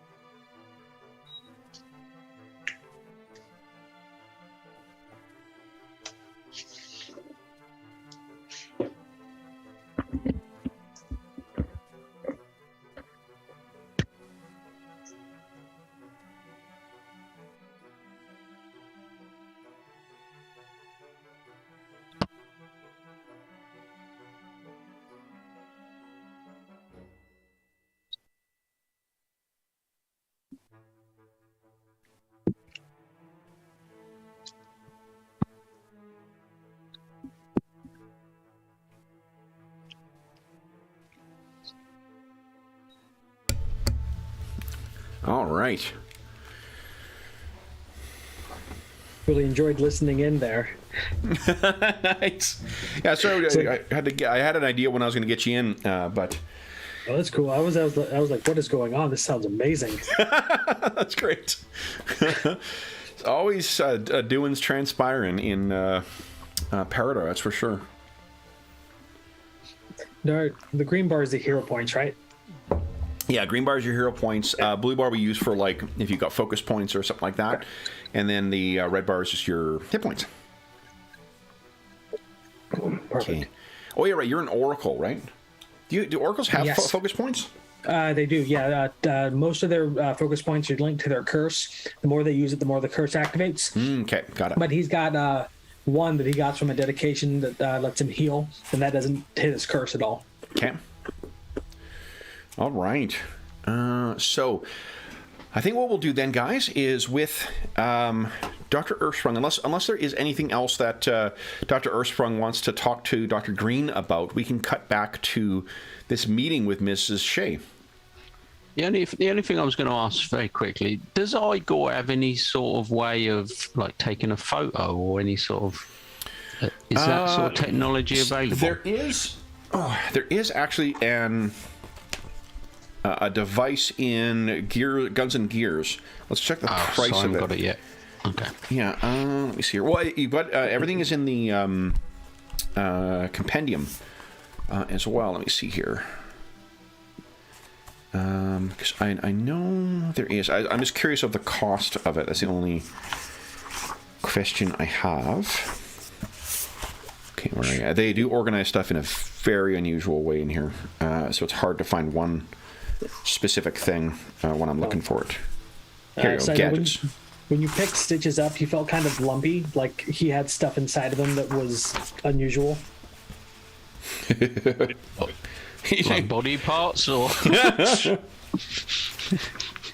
hidden items, possibly. Oh, okay.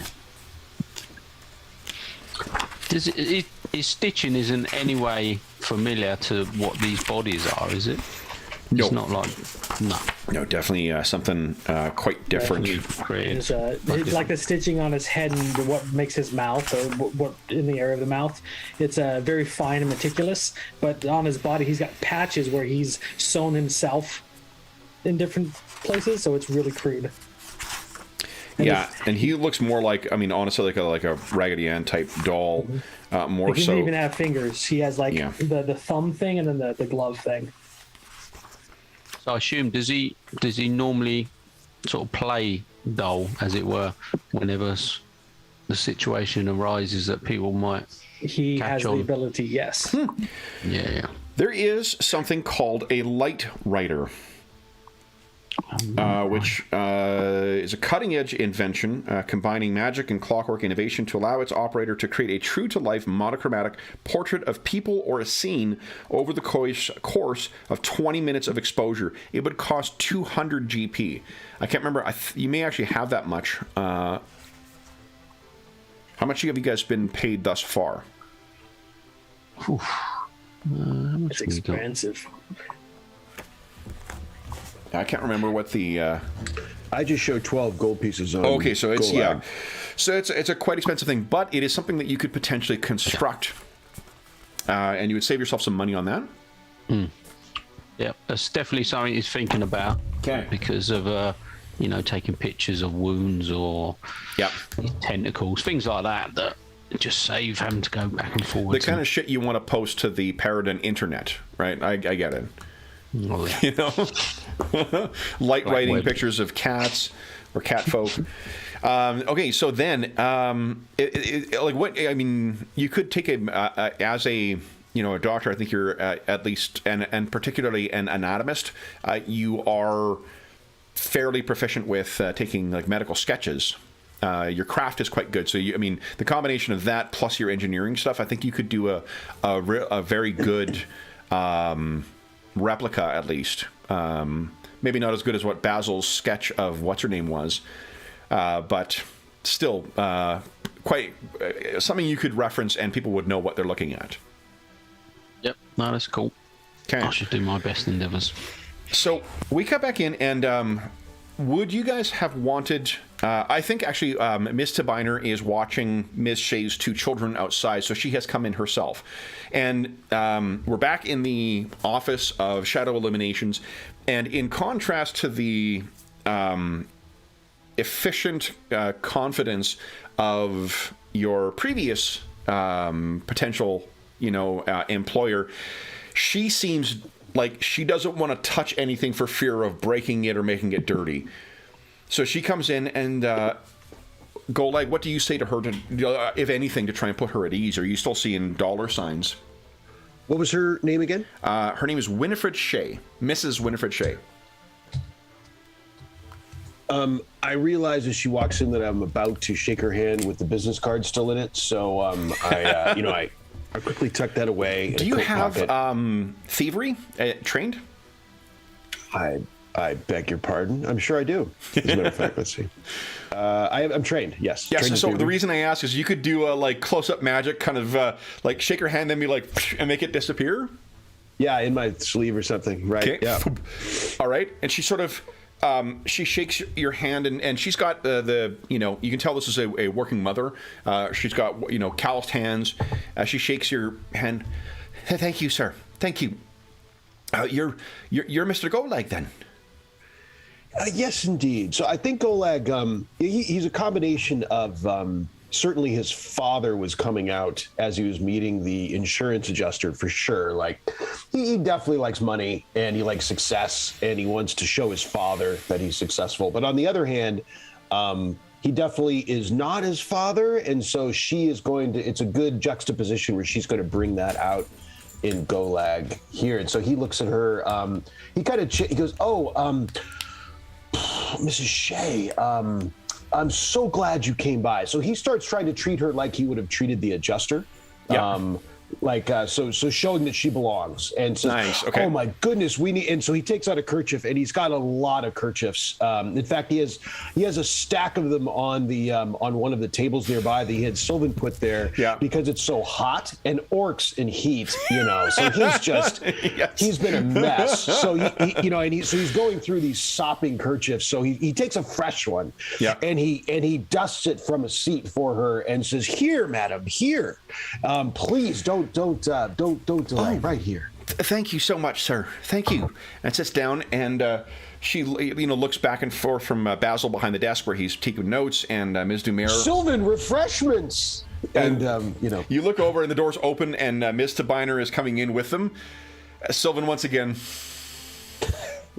and gives him a wink this time. He knows. He's just Drinks her pressed down, and he makes a big flourish of delivering it to her. And she says, "Oh, thank you, sir. Thank you." And she's again sort of holding the teacup in such an awkward way that it's clearly not something she's comfortable with. She may have accepted it just for the sake of politeness rather than actually wanting to enjoy a tea with you. Forgive me, sir, and madam, and sir. I don't quite know how this. I don't know how this works. I just know that I've heard that you can help peoples. Well, it certainly seems like you know how this works. You're doing quite well. By the way, the tea is usually pretty good, and he takes a minute and sits back so that so she can do the same and takes a sip. And there's a look in her face that oh wow, you're not kidding. And I think you can see that, Ms. Dumer, that Sylvan has also set your heated salted water to the side as well. So you have your usual afternoon beverage. Yes, and I say, I'm sure you'd find it better if you added a little salt, my dear. And I give her a look like that. I mean, give Miss Shea a look like Okay. So, how's this work then? I tell you what. Yes, indeed. Please, feel free. What brings you in your busy day over to our humble offices? Well, the thing is, sir, about 3 days ago, we was having a nice, me, my boys, and my Dan, as my husband. We was all having a nice time down at the Poverty Pond. Sorry, sir, it's the Eckert Green. we all call it the Poverty Pond too. We was having a nice day in there, and our boys brought this. Dan saved up, and he bought them one of them fancy bicycles that they could ride. And the two boys, they were riding it around. But boys being boys, they don't know what they did with it. And then when it was time to leave, we stays to the very last. Avoid traffic, Dan says. Well, then we were packing up to go. The boys, they couldn't find their bike. So Dan, being the good man that he is, he stays behind and he goes looking for them. Me and the boys went and waited outside because you may not know, sir, but the Poverty Pond, it's locked up for the night. They only let us in for a certain length of time, and then we're out, and they make sure we're out before they close the rest of the park. Well, Dan never came back. The police, he told us to come back, say he weren't going nowhere. He was locked in there. But the next day, no Dan. And we ain't seen either of him. And from what I hear, talking around, he's not the first one to go missing at that pond. But she gestures to the paper, and again, there's that, repent Harlequin on the cover. Nothing in the papers about it, but I don't know where he's gone. And Dan's not the type to leave. He'd never leave. He's as reliable as the ground we stand on. But I don't know what's happened. Well, madam, I'm sorry for your troubles. That sounds most distressing. When did you say this occurred? When were you there? 3 days back. On the 3 days. Last day of the weekend, we was enjoying ourselves. Lovely day. It was a beautiful day, and you can see she's starting to break down. She's been clearly holding things together for a while, and she seems on the verge of sort of breaking down here. The kids are in there? Kids are outside with Mrs. Tabiner. Oh, good. I was going to suggest that if that wasn't already the case. Madam, was there... how much effort was available to search for him in the park? The police says he ran off.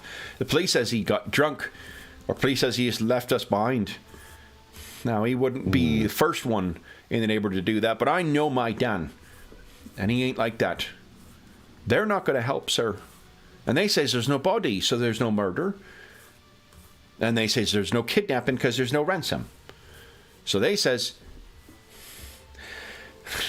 that Dan is the type of man that I know him not to be.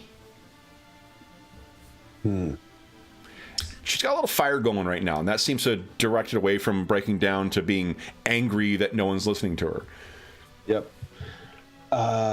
Well, I you know him best, of course, and it does not seem like just following along your logic that what exactly happened isn't a way that someone would leave anyway. Well, it doesn't make any sense. We've heard, and as I said, since he's gone missing, I've asked around.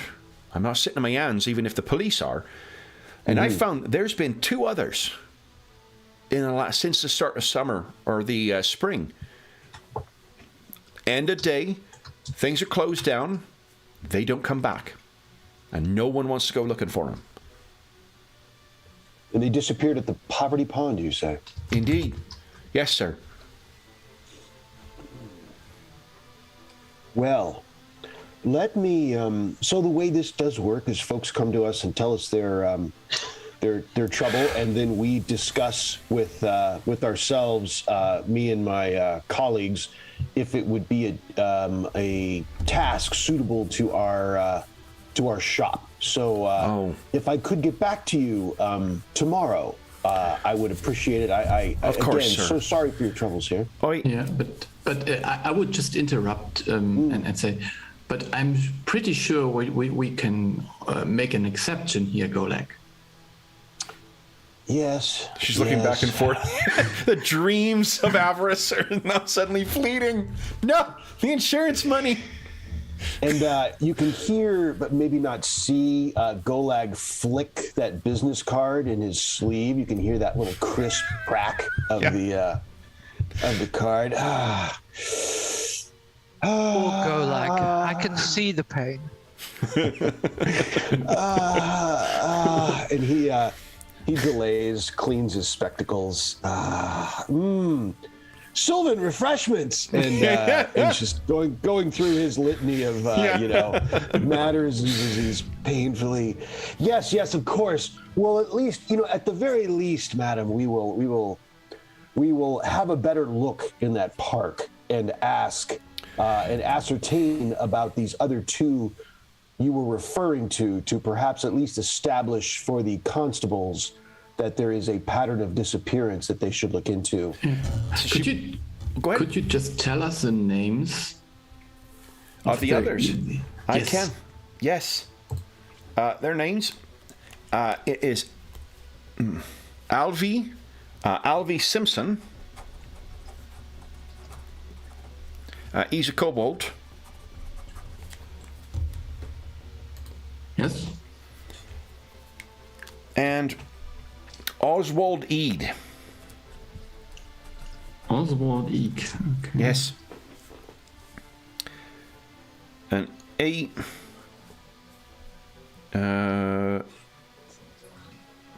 an halfling. Ah. And your husband, I suppose, was he a human? No, he's a dwarf.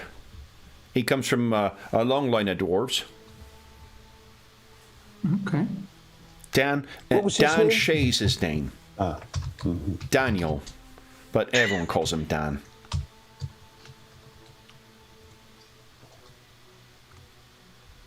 Is this something do you think you might be able to find me, Dan?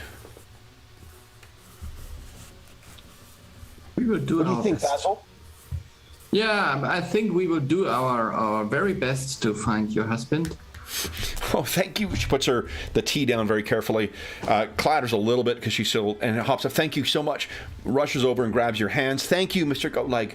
Thank you, sir. And repeats that with Sally. Repeats that with Basil, knocking a couple of your papers over. Thank you.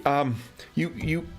If there's anything I can do to help, I'll be happy to do so. And I know the names of Alvy and Oswald. I can give you them as well.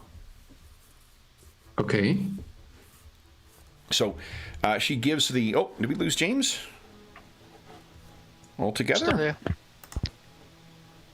Oh, no, he's in chat, just not in... My screen... Oh, yeah, my... Roll20 crap browser went down. But I'm still here. So she thanks the two of you and then heads out, unless there's anything else you wish to ask of her.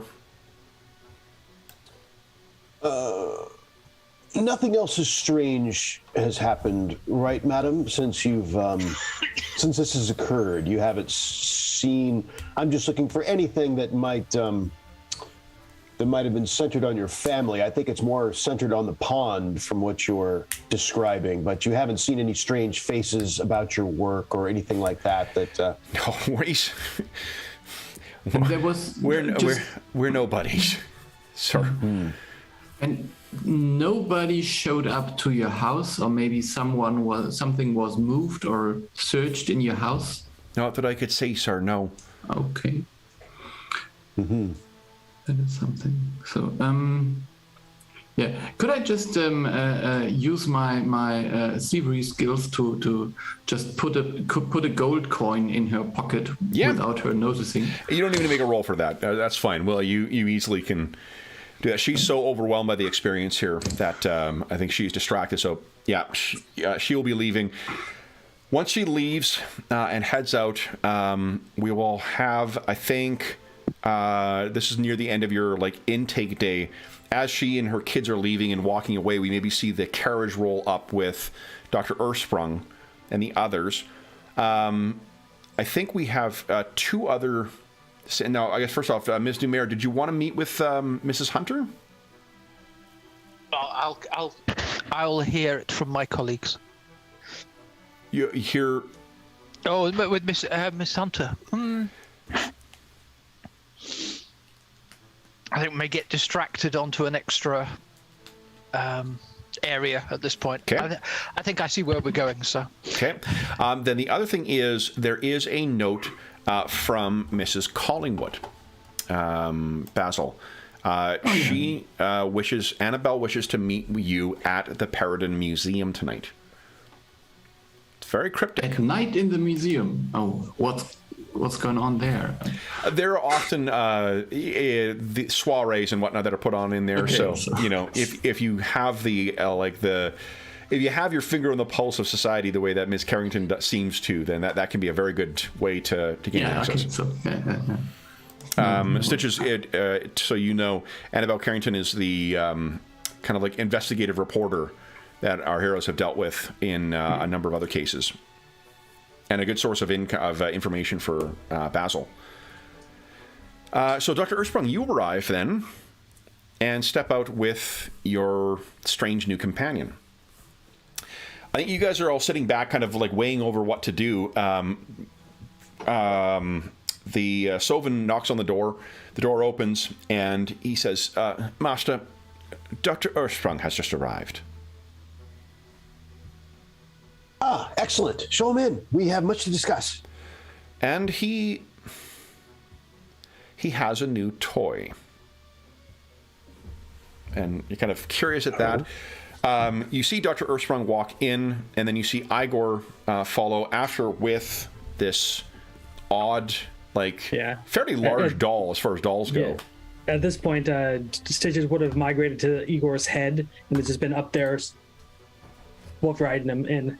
Okay.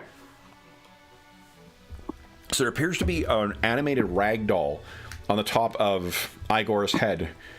What's the expression on Dr. Ersprung's face as he walks in? You all know each other well enough now to be able to read sort of moods. Yeah, it's one of sort of shock or surprise or...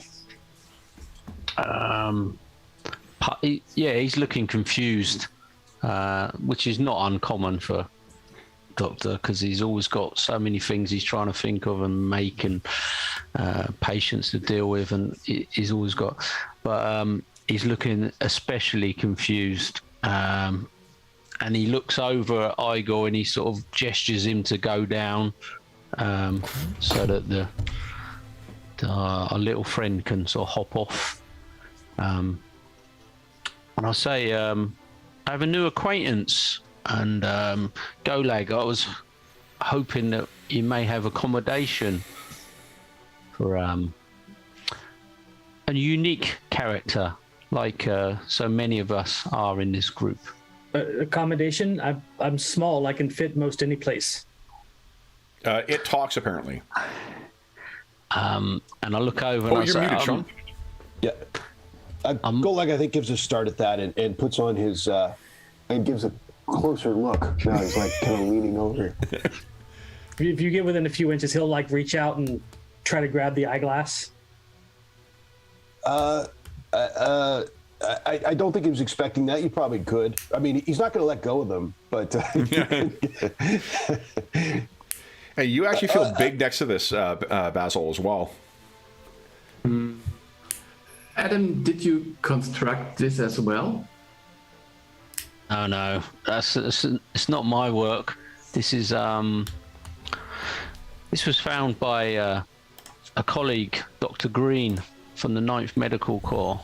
I think there was a very high probability that it was going to be a sort of gesture, sort of given the chop sort of thing, without trying to show Stitches. He's paying attention to Golag, so he didn't see it. So, yes, as like I said, we are a group of unique investigators. I took him under my wing. I'm curious. So, what is your name? I'm sorry, I am Basil. I don't have a name, but you can call me Stitches. Obviously. I don't remember. I was never given a name, or I don't remember what it was. Yeah. just to make one thing very clear, do you spy on us for the 9th Paridar Medical Corps? No. I think Golag chuckles and says, well, that's good to hear. And he's going to try to stand back up and see how hard you're going to grab onto these, because he's going to lift you up if you... Stitches is fairly strong for a small thing, but he doesn't hold on to it. Okay. And kind of okay, and puts them back on. Like let's be done with that with my spectacles. I love how just like another day, like, okay, so there's a talking doll with us now. Yeah. Anyway, Stitches says they remind me of, and he squeezes his button eyes as I used to have something in front of my eyes too before, and then he kind of trails off and looks to the side, but I don't remember. So I see. So you have not been this way forever? No. Well, you don't recall what you were? I remember being bigger, and then he pokes Earthspring's like legs and flesh, but not much. There's like vague, brief visions. Yeah. I think, Golag, that is a question for your Leshy friend. Yes, perhaps. Good idea. Yeah. Well, welcome. What's that, Professor Gallberry? Stitches says, well, I can help. I'm looking for what happened to me, or what happened to the thing that was me. But I can help you in the meantime. Yeah, I know things. How long have you been with the 9th Medical Corps? So they like 2 took months? me from a boy that found me after I woke up. Yeah. They thought demon possession, but I'm not demon. Okay. I have magic. Somehow the button eyes wink. Yeah. Yeah. Do you just going on a hunch here? Do you remember that you had green feet or hair on your feet? No. Okay, then no kobold or halfling. It was pink flesh, kind of whitish pink. There's a number. It's about 1 million people who live in Paridar. You cross that out, put down 999. Right. Right. 1 suspect eliminated, or 2, I guess. Okay. Well, welcome, Stitches. Dr. Earthsprung was not expected today. Do you think you told the guys that you were being called to the mortuary once again, or? I would have definitely told them about the previous bodies that had been found, the stitched up bodies. And now that the introductions are out of the way, I would also mention I've just come from the morgue once again. They found another body. Well, come to the study. Let's all settle in. We have things to update with you as well. So, Sylvan, refreshments. Yeah. Yes. Once Stitches again, kinda he's standing there with Mrs. Sabiner. Yeah, Stitches points at himself and says, "I come too." Yes, and try and avoids the doll, figuring he'd trample it. I mean, it's pretty small for the orc, so he's going to have to keep an eye out. Kind of like having a new cat, you keep tripping over it. Yeah. You know, oh god.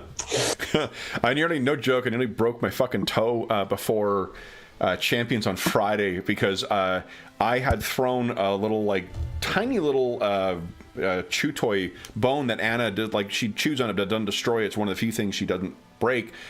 Completely forgot she left it there, and in my rush I went by and hit it, and on a hardwood floor with a mostly hard rubber thing, it has no give whatsoever. So that's smarted. Close one. Yeah, critical hit. Let's assume that you guys bring each other up to speed on this, on what you both have respectively think, but feel free to ask questions of each other about what you've learned, and let us know how your characters react to those information, or that information. Yeah. Sally, do you by any chance know how the pond is connected to the water? Is it a freshwater pond or is it salt water from the ocean? Oh, salt water. Can expect no different. Oh, the pond itself is actually fresh. Oh. In the park? Yeah, the park is all freshwater. There are rivers, remember, that run through, heading out to the harbor? Okay.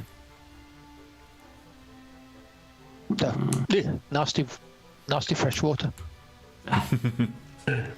Well, I can't help but notice it seems like there's an awful lot of missing people all of a sudden. I don't know if they all have the same source of missingness, but it's just a pandemic of it, I would say. Whether it's the pond or whether it's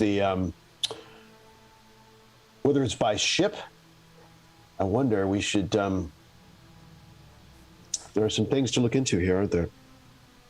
And we've also got an extra body, this Graham Gilbert from the mission ship. That is very interesting. Indeed. A body showed up. Bad news for him, good news for us. Something to look into there. We are on the cusp of accepting a large contract, Dr. Ersprung, from the Assurity Corporation, and he suddenly is holding the card in his hand again, and hands it to Dr. Ersprung. Yeah, he gives a bit of a shudder when he sees insurance and stuff like that. And I assume you're excited and says, yes, indeed. Does Dr. Ersprung describe the nature of the injuries that he found on that? Yeah, I was just going to show Sally the sort of rough drawing, or the drawing I took of the tentacles, and described the puncture wounds in the crew members. So, skull. Sally, you don't need to make a roll for this, but what he's showing you seems to be, it's a bit of a very, very, the deep reaches, the abyssal depths of the sea are full of all sorts of things that would cause the land folk that you live with to pass out, or to lose consciousness from fear. One of the things that you're aware of, you do not have direct experience with this, but you've heard legends, and this is sort of the keeping people afraid, keeping kids in line with fear.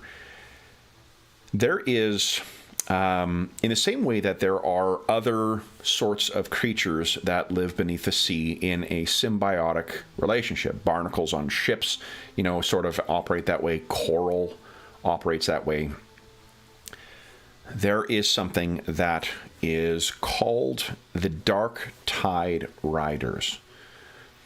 And it is a fairly flowery euphemism for a type of species, it's something from the deepest depths and the most ancient of times, but it's said to be creatures that can basically live as parasites in the minds of other living things.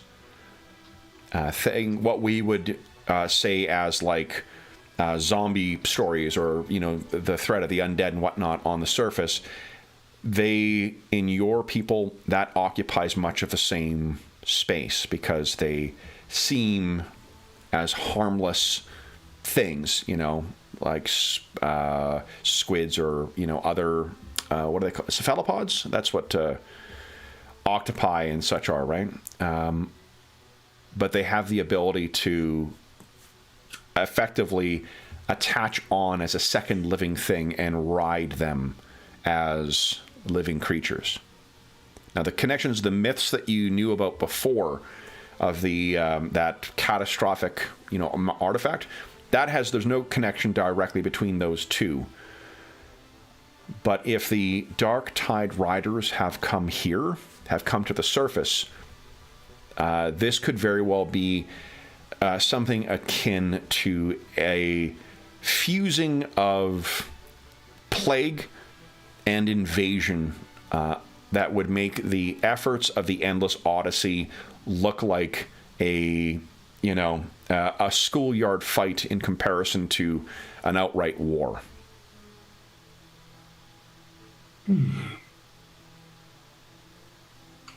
Right. So, Dr. Orsprung, it's a bit disturbing.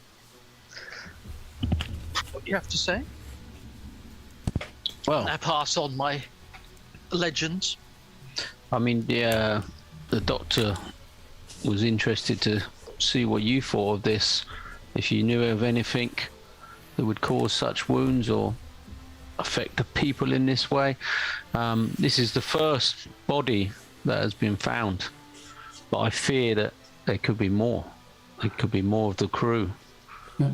So I didn't completely understand. So is there a connection to what we found out about the Captain Hunter case? There was this ancient cult. They are not related in any way. I'm guessing that Dr. Ursprung has shared what he heard at the saw at the morgue, and the supper marks on the corpse.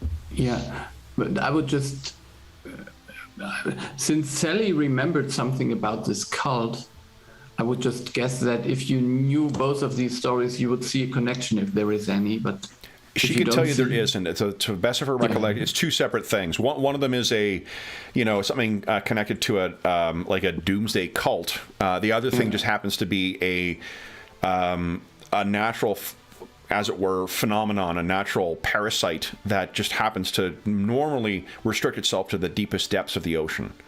Okay. And can it live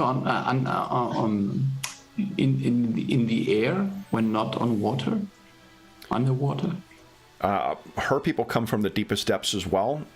So she's never heard of anything, and you guys have never heard anything like this, But I mean, there's all sorts of. You've heard tales of seaside villages that suddenly disappear, and who knows what the reasons are for that. Okay. So dark tide riders, you call them. Okay.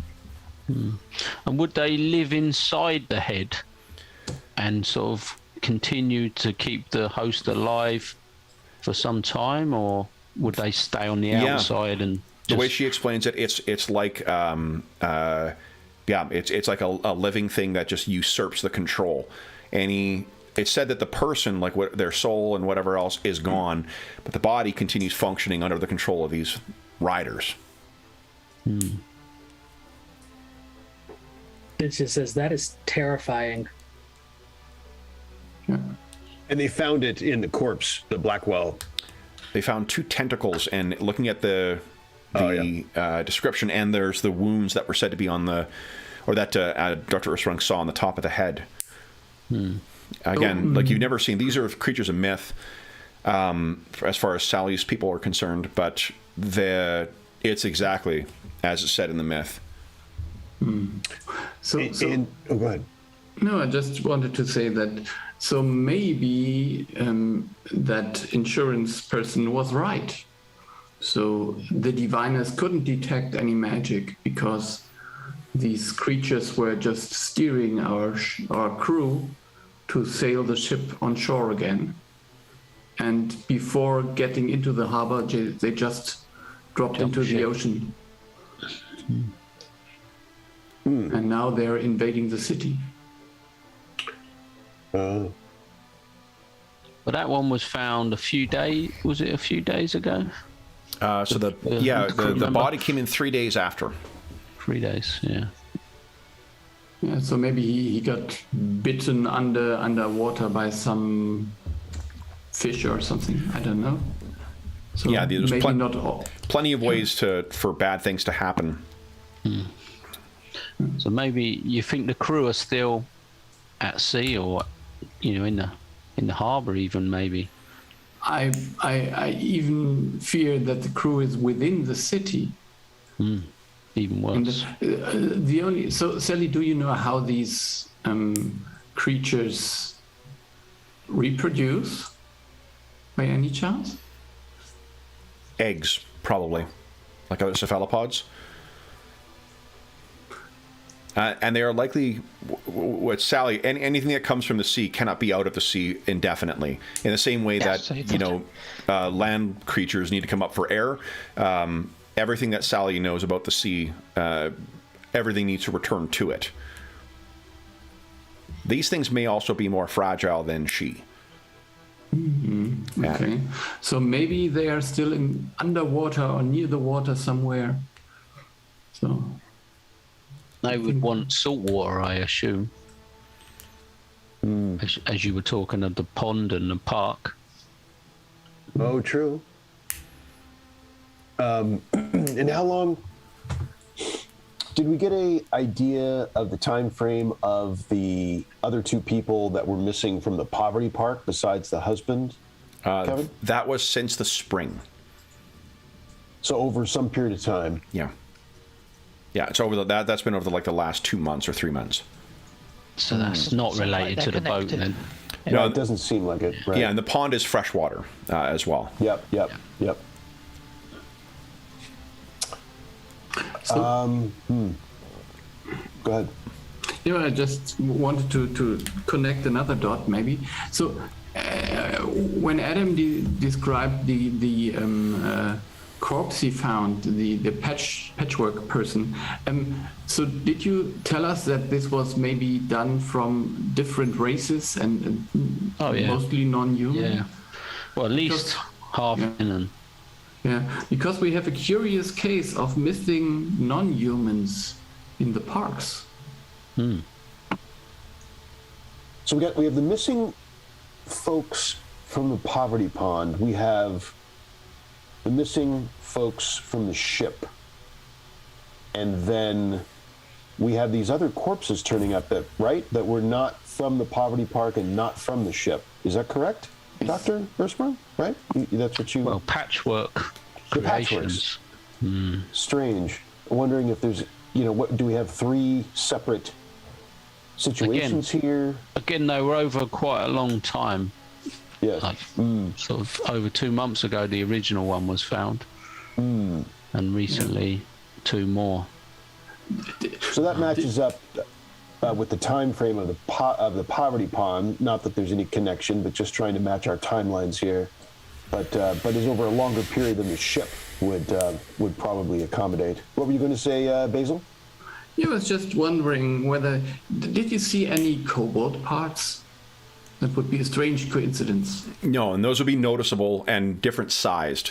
Neither on none of the bodies that have been the patchwork bodies that have been found incorporated. I think there is no connection, but just to rule that out, that was just 999,997. Yes. Now that's how we operate here at the Shadow of Illumination. Well, our best lead on the ship, the most obvious, obviously, is this corpse. But how to proceed is a question, since we don't really have a. We could spend some time on the ship. The ship would be available to us, and understood that our patron has already had it examined, but not by us. So we should probably take a look at that ship with already ideas of what to examine, what exactly we want to do to it, how to look at it. In that way, that comes to me. We need to take a look in the park that the husband disappeared. Understanding that these are, right now we believe, are 2 separate incidents, but just for our to-do list, to at least, it doesn't look like a proper search has been done in that park, which is obviously a first. I mean, hopefully not, but unfortunately the man's corpse may be somewhere in that park that just hasn't been, he's not as much missing as just not quite found yet. Hopefully that's not the case, but we need to start with at least a perfunctory search of that park to make sure that that's not the case. And if there's some way to find out that he's not in that pond, to have a way of doing such would be helpful to ensure that something like that hopefully did not occur as well. And we will need to hire her, to take her job before contacting the insurance gentleman, so that we can, why not truthfully tell him that she was already a client. He is already a client. We took her. That's you remember? That's right. And he kind of flicks the card once again. Yeah, does some more card flipping. Anything else? What else? What else? The ship, searching the park, observing whatever we need to, Dr. Ursprung, with the crew member's corpse for further examination. We should talk to the kids who found our new resident, where he came from, I suppose. Oh, my goodness. Yes, we need to hire more staff. Sylvan! And then, yes. Yeah. And I think I have to go now because I have a meeting to attend. Stitches raises his hand. Stitches is good with kids. Yeah. So I'm. He has many recipes for how to prepare them. Yeah. Sally, I will work out with Miss Carrington why there was nothing in the papers about these missing persons and what is going on there. Indeedy. And remind me again, the seaman corpse, where was he found again? That's in the harbor. In the harbor, but do we know where in the harbor? Not precisely. It would have been where, like, detritus from just offshore would have washed in. Looking at sort of a nautical charts for where this, where the tide would have brought it in, it would have been something that would have been at sea for a little bit of time and then washed in. I was just wondering whether to go for a swim to see what I could find, but you certainly could do that. Maybe that's too much. No, you certainly could do that as well. Yeah. I will ask, Ms. Demir, I know it's not your preference, but are you able to spend any amount of brief time in freshwater? I can, but I'd need to wash afterwards. Understood. Maybe you could check the pond for us if we'll see if that's, if there's a reason not, it's fine, but it was worth bringing up. It's the ick factor. Unsurprisingly, the as poorly maintained as Eckhart Green is, the pond itself is equally kind of not nice.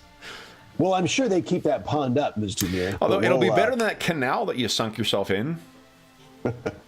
And hopefully no aquatic gargoyles in this one. So long as you'll give me some of your waistcoats to wear, I'll go swimming. Very good. We will bring appropriate gear with us, to be certain. Okay. So, if you guys have a plan in mind, we maybe cut to Basil, riding up to the entrance to the Paridar National Museum. How is Basil dressed here? Is he his normal outfit? Yeah. He tried to read up on fashion because he saw that making an impression would be very, very good advice, but he didn't. Yeah, that was a completely mystery to him. So okay, he didn't change. No, I think that what she has said is for you to meet her beneath Theodore, and Theodore is sort of the playful name that has been given to one of the what do you call it? Like giant draconic skeletons that is on display in the natural history portion of the museum. Yeah, that sounds reassuring. So at night in a museum with a skeleton. Yeah, Draculage? Love it. So you find that if you go through the main entrance, you actually find that, for one, there are no guards on duty, and the door is open. Oh, yeah. So maybe I sneak in just to be sure that there's nothing going on. Why don't you give us a stealth check, please? Mm-hmm. Everyone can. We'll assume we got 20 minutes left, but I'm assuming you guys will all be topped up on hero points at this point because I've been forgetting to give them. Amazing. So yeah, what is it? We see like the thing open and close. We have no sign of Basil sneaking his way through here. The natural history portion is one of the wings of the museum. And as you make your way through, assuming you're going directly there is no sign of any living thing in here. The lights are still on, but like the lights that only illuminate the major thoroughfares, like to make sure you don't trip over anything. getting stranger and stranger. Yeah, so yeah, I will go there, but with caution. I don't. Am I really sure that Annabelle decided we should meet her? Was it really her? I don't know. Fairly sure it was her handwriting. Yeah, maybe I Now get that you second think of thoughts it, now. if you want to take a look again, give us a perception check. Yeah.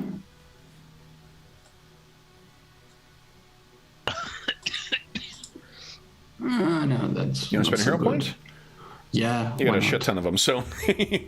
Yeah, 15 or 15, no. yeah. Tough Yeah. decision which one. Yeah, you may be thinking it in your gut that maybe something's off about this handwriting, but it looks right to you. Yeah. I think, yeah. Okay. Yeah, so let's follow and maybe see whether she's there. Okay. So you make your way in, and Theodore is set up really for effect. I mean, the like a lot of classic era museums, this is designed for grandeur.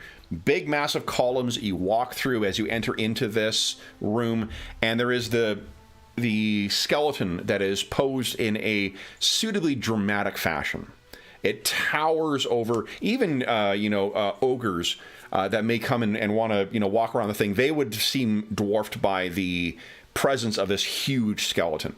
For what little that you know about dragons, and it's known that they exist, but not much about them. They are a very secretive and reclusive species. This must be one of the older specimens, because it is enormous and fills this 30 or 40 foot high ceiling looming up above you.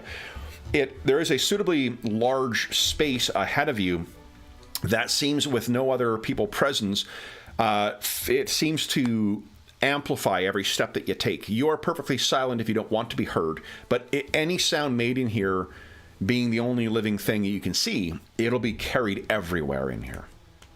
So you make your way in silently. There is no sign of Miss Carrington. You check your watch. You're a minute or so early. What do you do?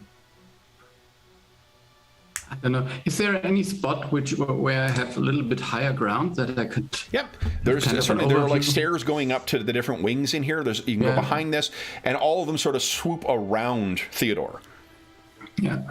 Yeah, so maybe I could go just half up the stairs, so I'm just having a look down, and I can see a little bit further, maybe. Sure. So you get yourself up. This goes up about 4 stories. So which of those do you want? Do you want to be at the highest vantage point to look down? No, I think at the second, that's maybe second. Enough. Okay. So you get the second story. There's a little a balcony there. So you're about at Theodore's hip bones, I guess, and you're stopping and listening. Is there anything going on?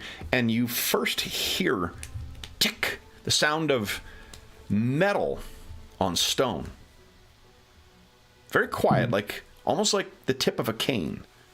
Tick, tick, tick. And it's coming from down below, from the hall that leads into here, where you just walked past. Yeah. And precisely at the time that you were to arrive, you can see there is this shadow that precedes whoever this figure is. Tick, tick, tick. And it's echoing out through this massive hall. Shadow looms large, but the figure casting it is not. Tick. What you see, tick, walk in and almost pause for effect, framed by those massive colonnades on either side, is another Yasaki. This jet black fur, yellowed eyes, and he wears very small spectacles on the end of his nose, a very expensive looking, at one angle it looks black, at another angle it looks like scarlet or maroon colored velvet, long-tailed suit, and a impressive top hat that adds at least an extra half of his height to him. He stops. You've never seen this man before. We said for 1/2 the hour, did we not? Yeah, Mr. Rathbone. Yeah, I think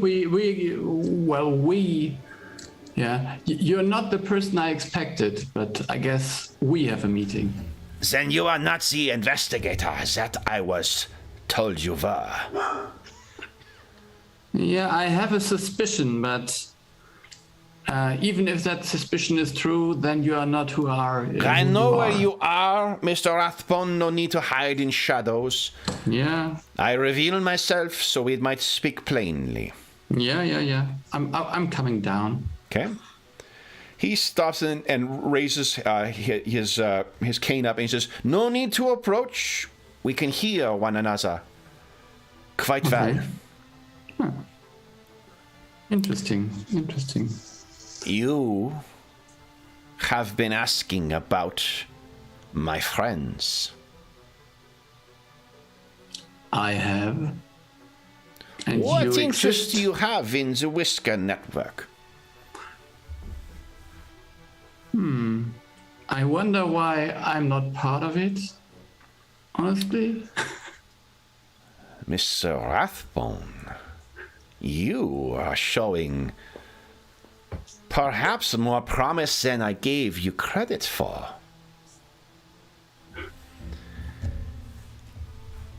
You wish to join the Whisker Network. I very, very much do so, yes. The benefits you gain from it do not come cheaply. But That is...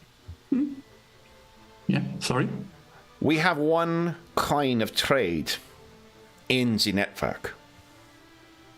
Information.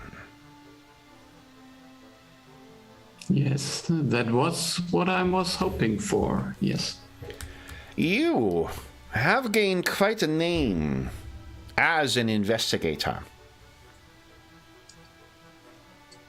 You have access to many secrets. If you share those secrets with my friends, then we will share other secrets with you. And this echoes up through the high ceiling of it. Yeah, that's perfect. I love him already. So yeah, we have a deal. Good.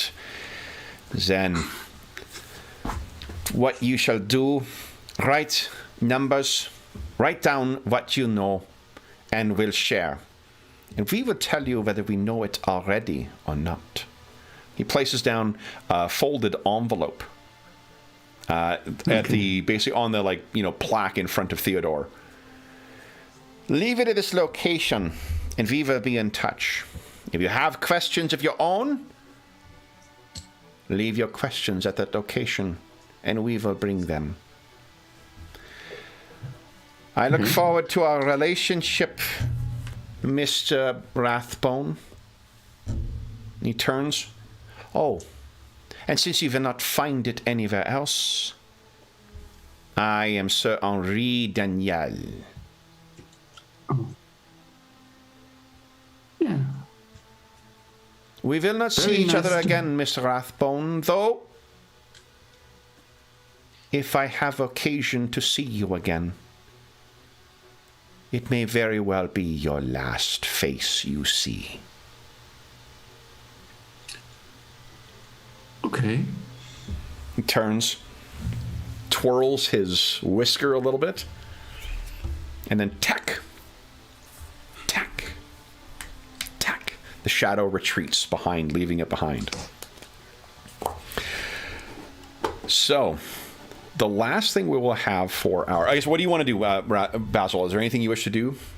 I think he left me a letter where I could write in some secrets. Yep. So you get it, and it's in Annabelle's handwriting again. She is not part of the Whisker-net. I'm very sure of that. It's interesting. It's almost as if you were to guess, it's one...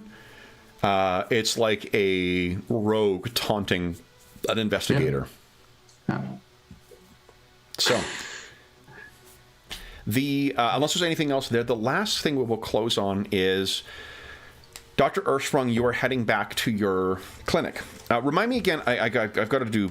I've said this for like 2 months now. I'm going to make a list of all the NPCs so we've all got one thing to work from, a master list to work from, so I'm not constantly flipping back. Remind me again, Dr. Earthsprung, the name of your assistant. I've got a few hangers on now. I've got Betty. Betty's your nurse, right? Yeah. Cyrus is the out of work guy. And Vesta King is potentially a sort of a visitor to the place. But... Yeah. So you are... you're taking a... well, you tell me, do you think that, like, having had the day that you've had with all the different crazy revelations that have happened, the revelation of yet another patchwork person having been found, and a dead one at that, do you think you're taking a cab back to your clinic? Are you walking back to your clinic? I know, I'd be walking to clear his head. And Sure. What's going through Dr. Earthsprung's head? Is this the guy? You know, is this the one that created me? Is he going to create more? How am I going to find him? And then he starts thinking about these other things he's seen, the bodies that have been found at the harbour, the missing crew members, just everything that's happened today. And now this new little fellow that's appeared, this Stitches. Again, is this related? Is he sort of troubled like the Doctor is with sort of previous memories of past lives and tormented? So yeah, he's got all sorts going on. Okay, so it's maybe because your head's just swimming with so many different things, that may be the reason you don't hear the bell of the fire truck until it nearly runs you down and it was racing past you. You're about 3 blocks away from your clinic. And there is a fire nearby. What do you do? Well, obviously his care inside will kick in and he'll start to run after the fire truck in case there's injured people. As you get... If he can help. Yeah, so you're racing towards where the plume of fire begins, or the blackened tendrils are heading up into the skies. And your stomach begins sinking as you realize the direction that this is bringing you. And I think our session ends with Dr. Earthsprung running around the corner and seeing his clinic, an inferno.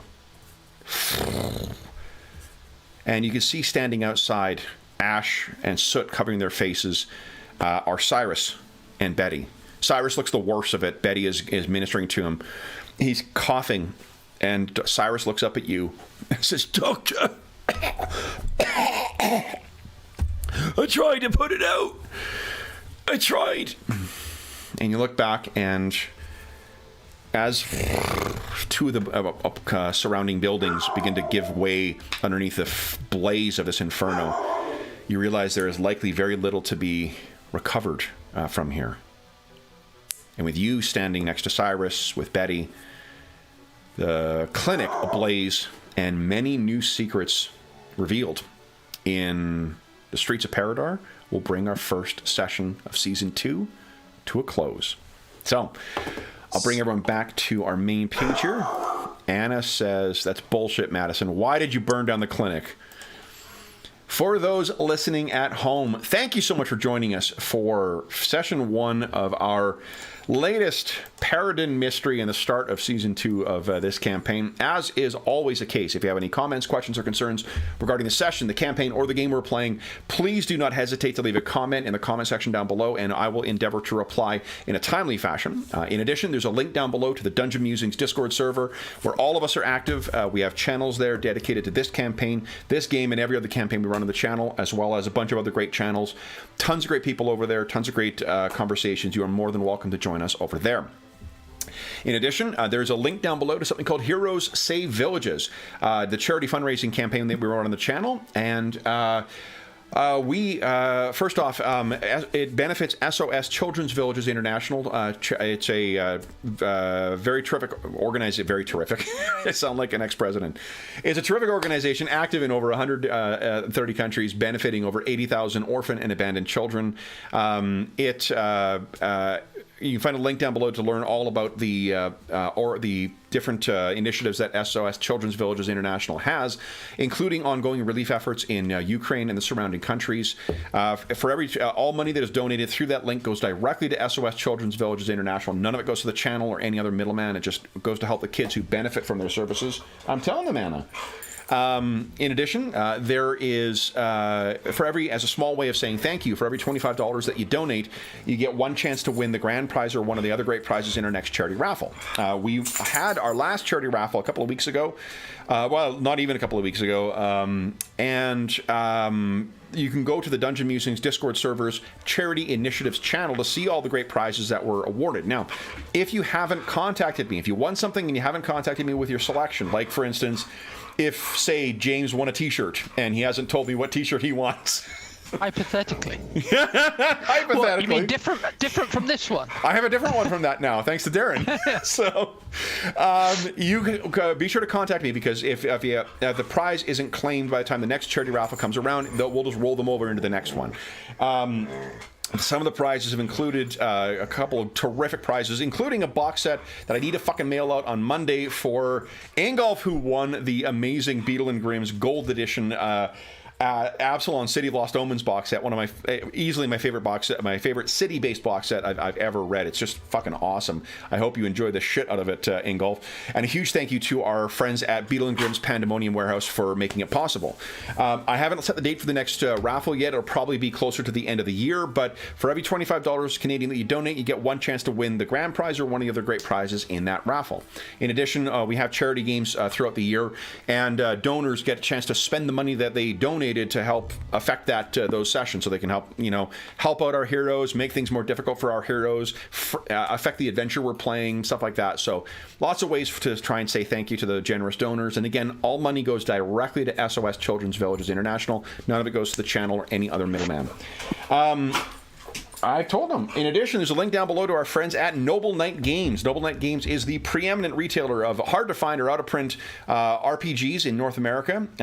Noble Knight has a terrific selection of out-of-print and hard-to-find games, as well as, and I filled a number of my own collections thanks to them and this great wish list feature or want list feature that they have. If they don't have the game in stock, you can put it on a want list. They'll let you know when it's in, and if you do purchase anything through their website, $10 or more, be sure to enter the code DungeonMuser, and you will save yourself 10% on your purchase. That doesn't stack with, it used to stack with the sales. It does not stack any longer, but you still save yourself 10% on whatever your purchase is, unless there is a better sale ongoing. And there usually is in the spring. The last thing I will say is a huge thank you to our stalwart illuminators and a big welcome to one new one.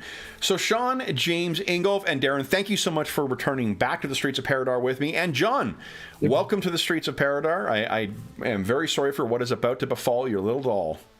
Well, I signed up for it, so. Excellent. All right, and then for those listening at home, we'll be back in the Streets of Paridar and in 2 weeks' time and every 2 weeks for the foreseeable future. This campaign does not have an end date to it, so we have many, many mysteries to uncover in the Streets of Paridar. Until we see you again, we hope that we gave you a few hours to take your mind off of the troubles of our world and focus on the troubles that seem to be uncovering themselves or presenting themselves to our stalwart illuminators. And until we see you again, stay safe, stay healthy, and happy gaming.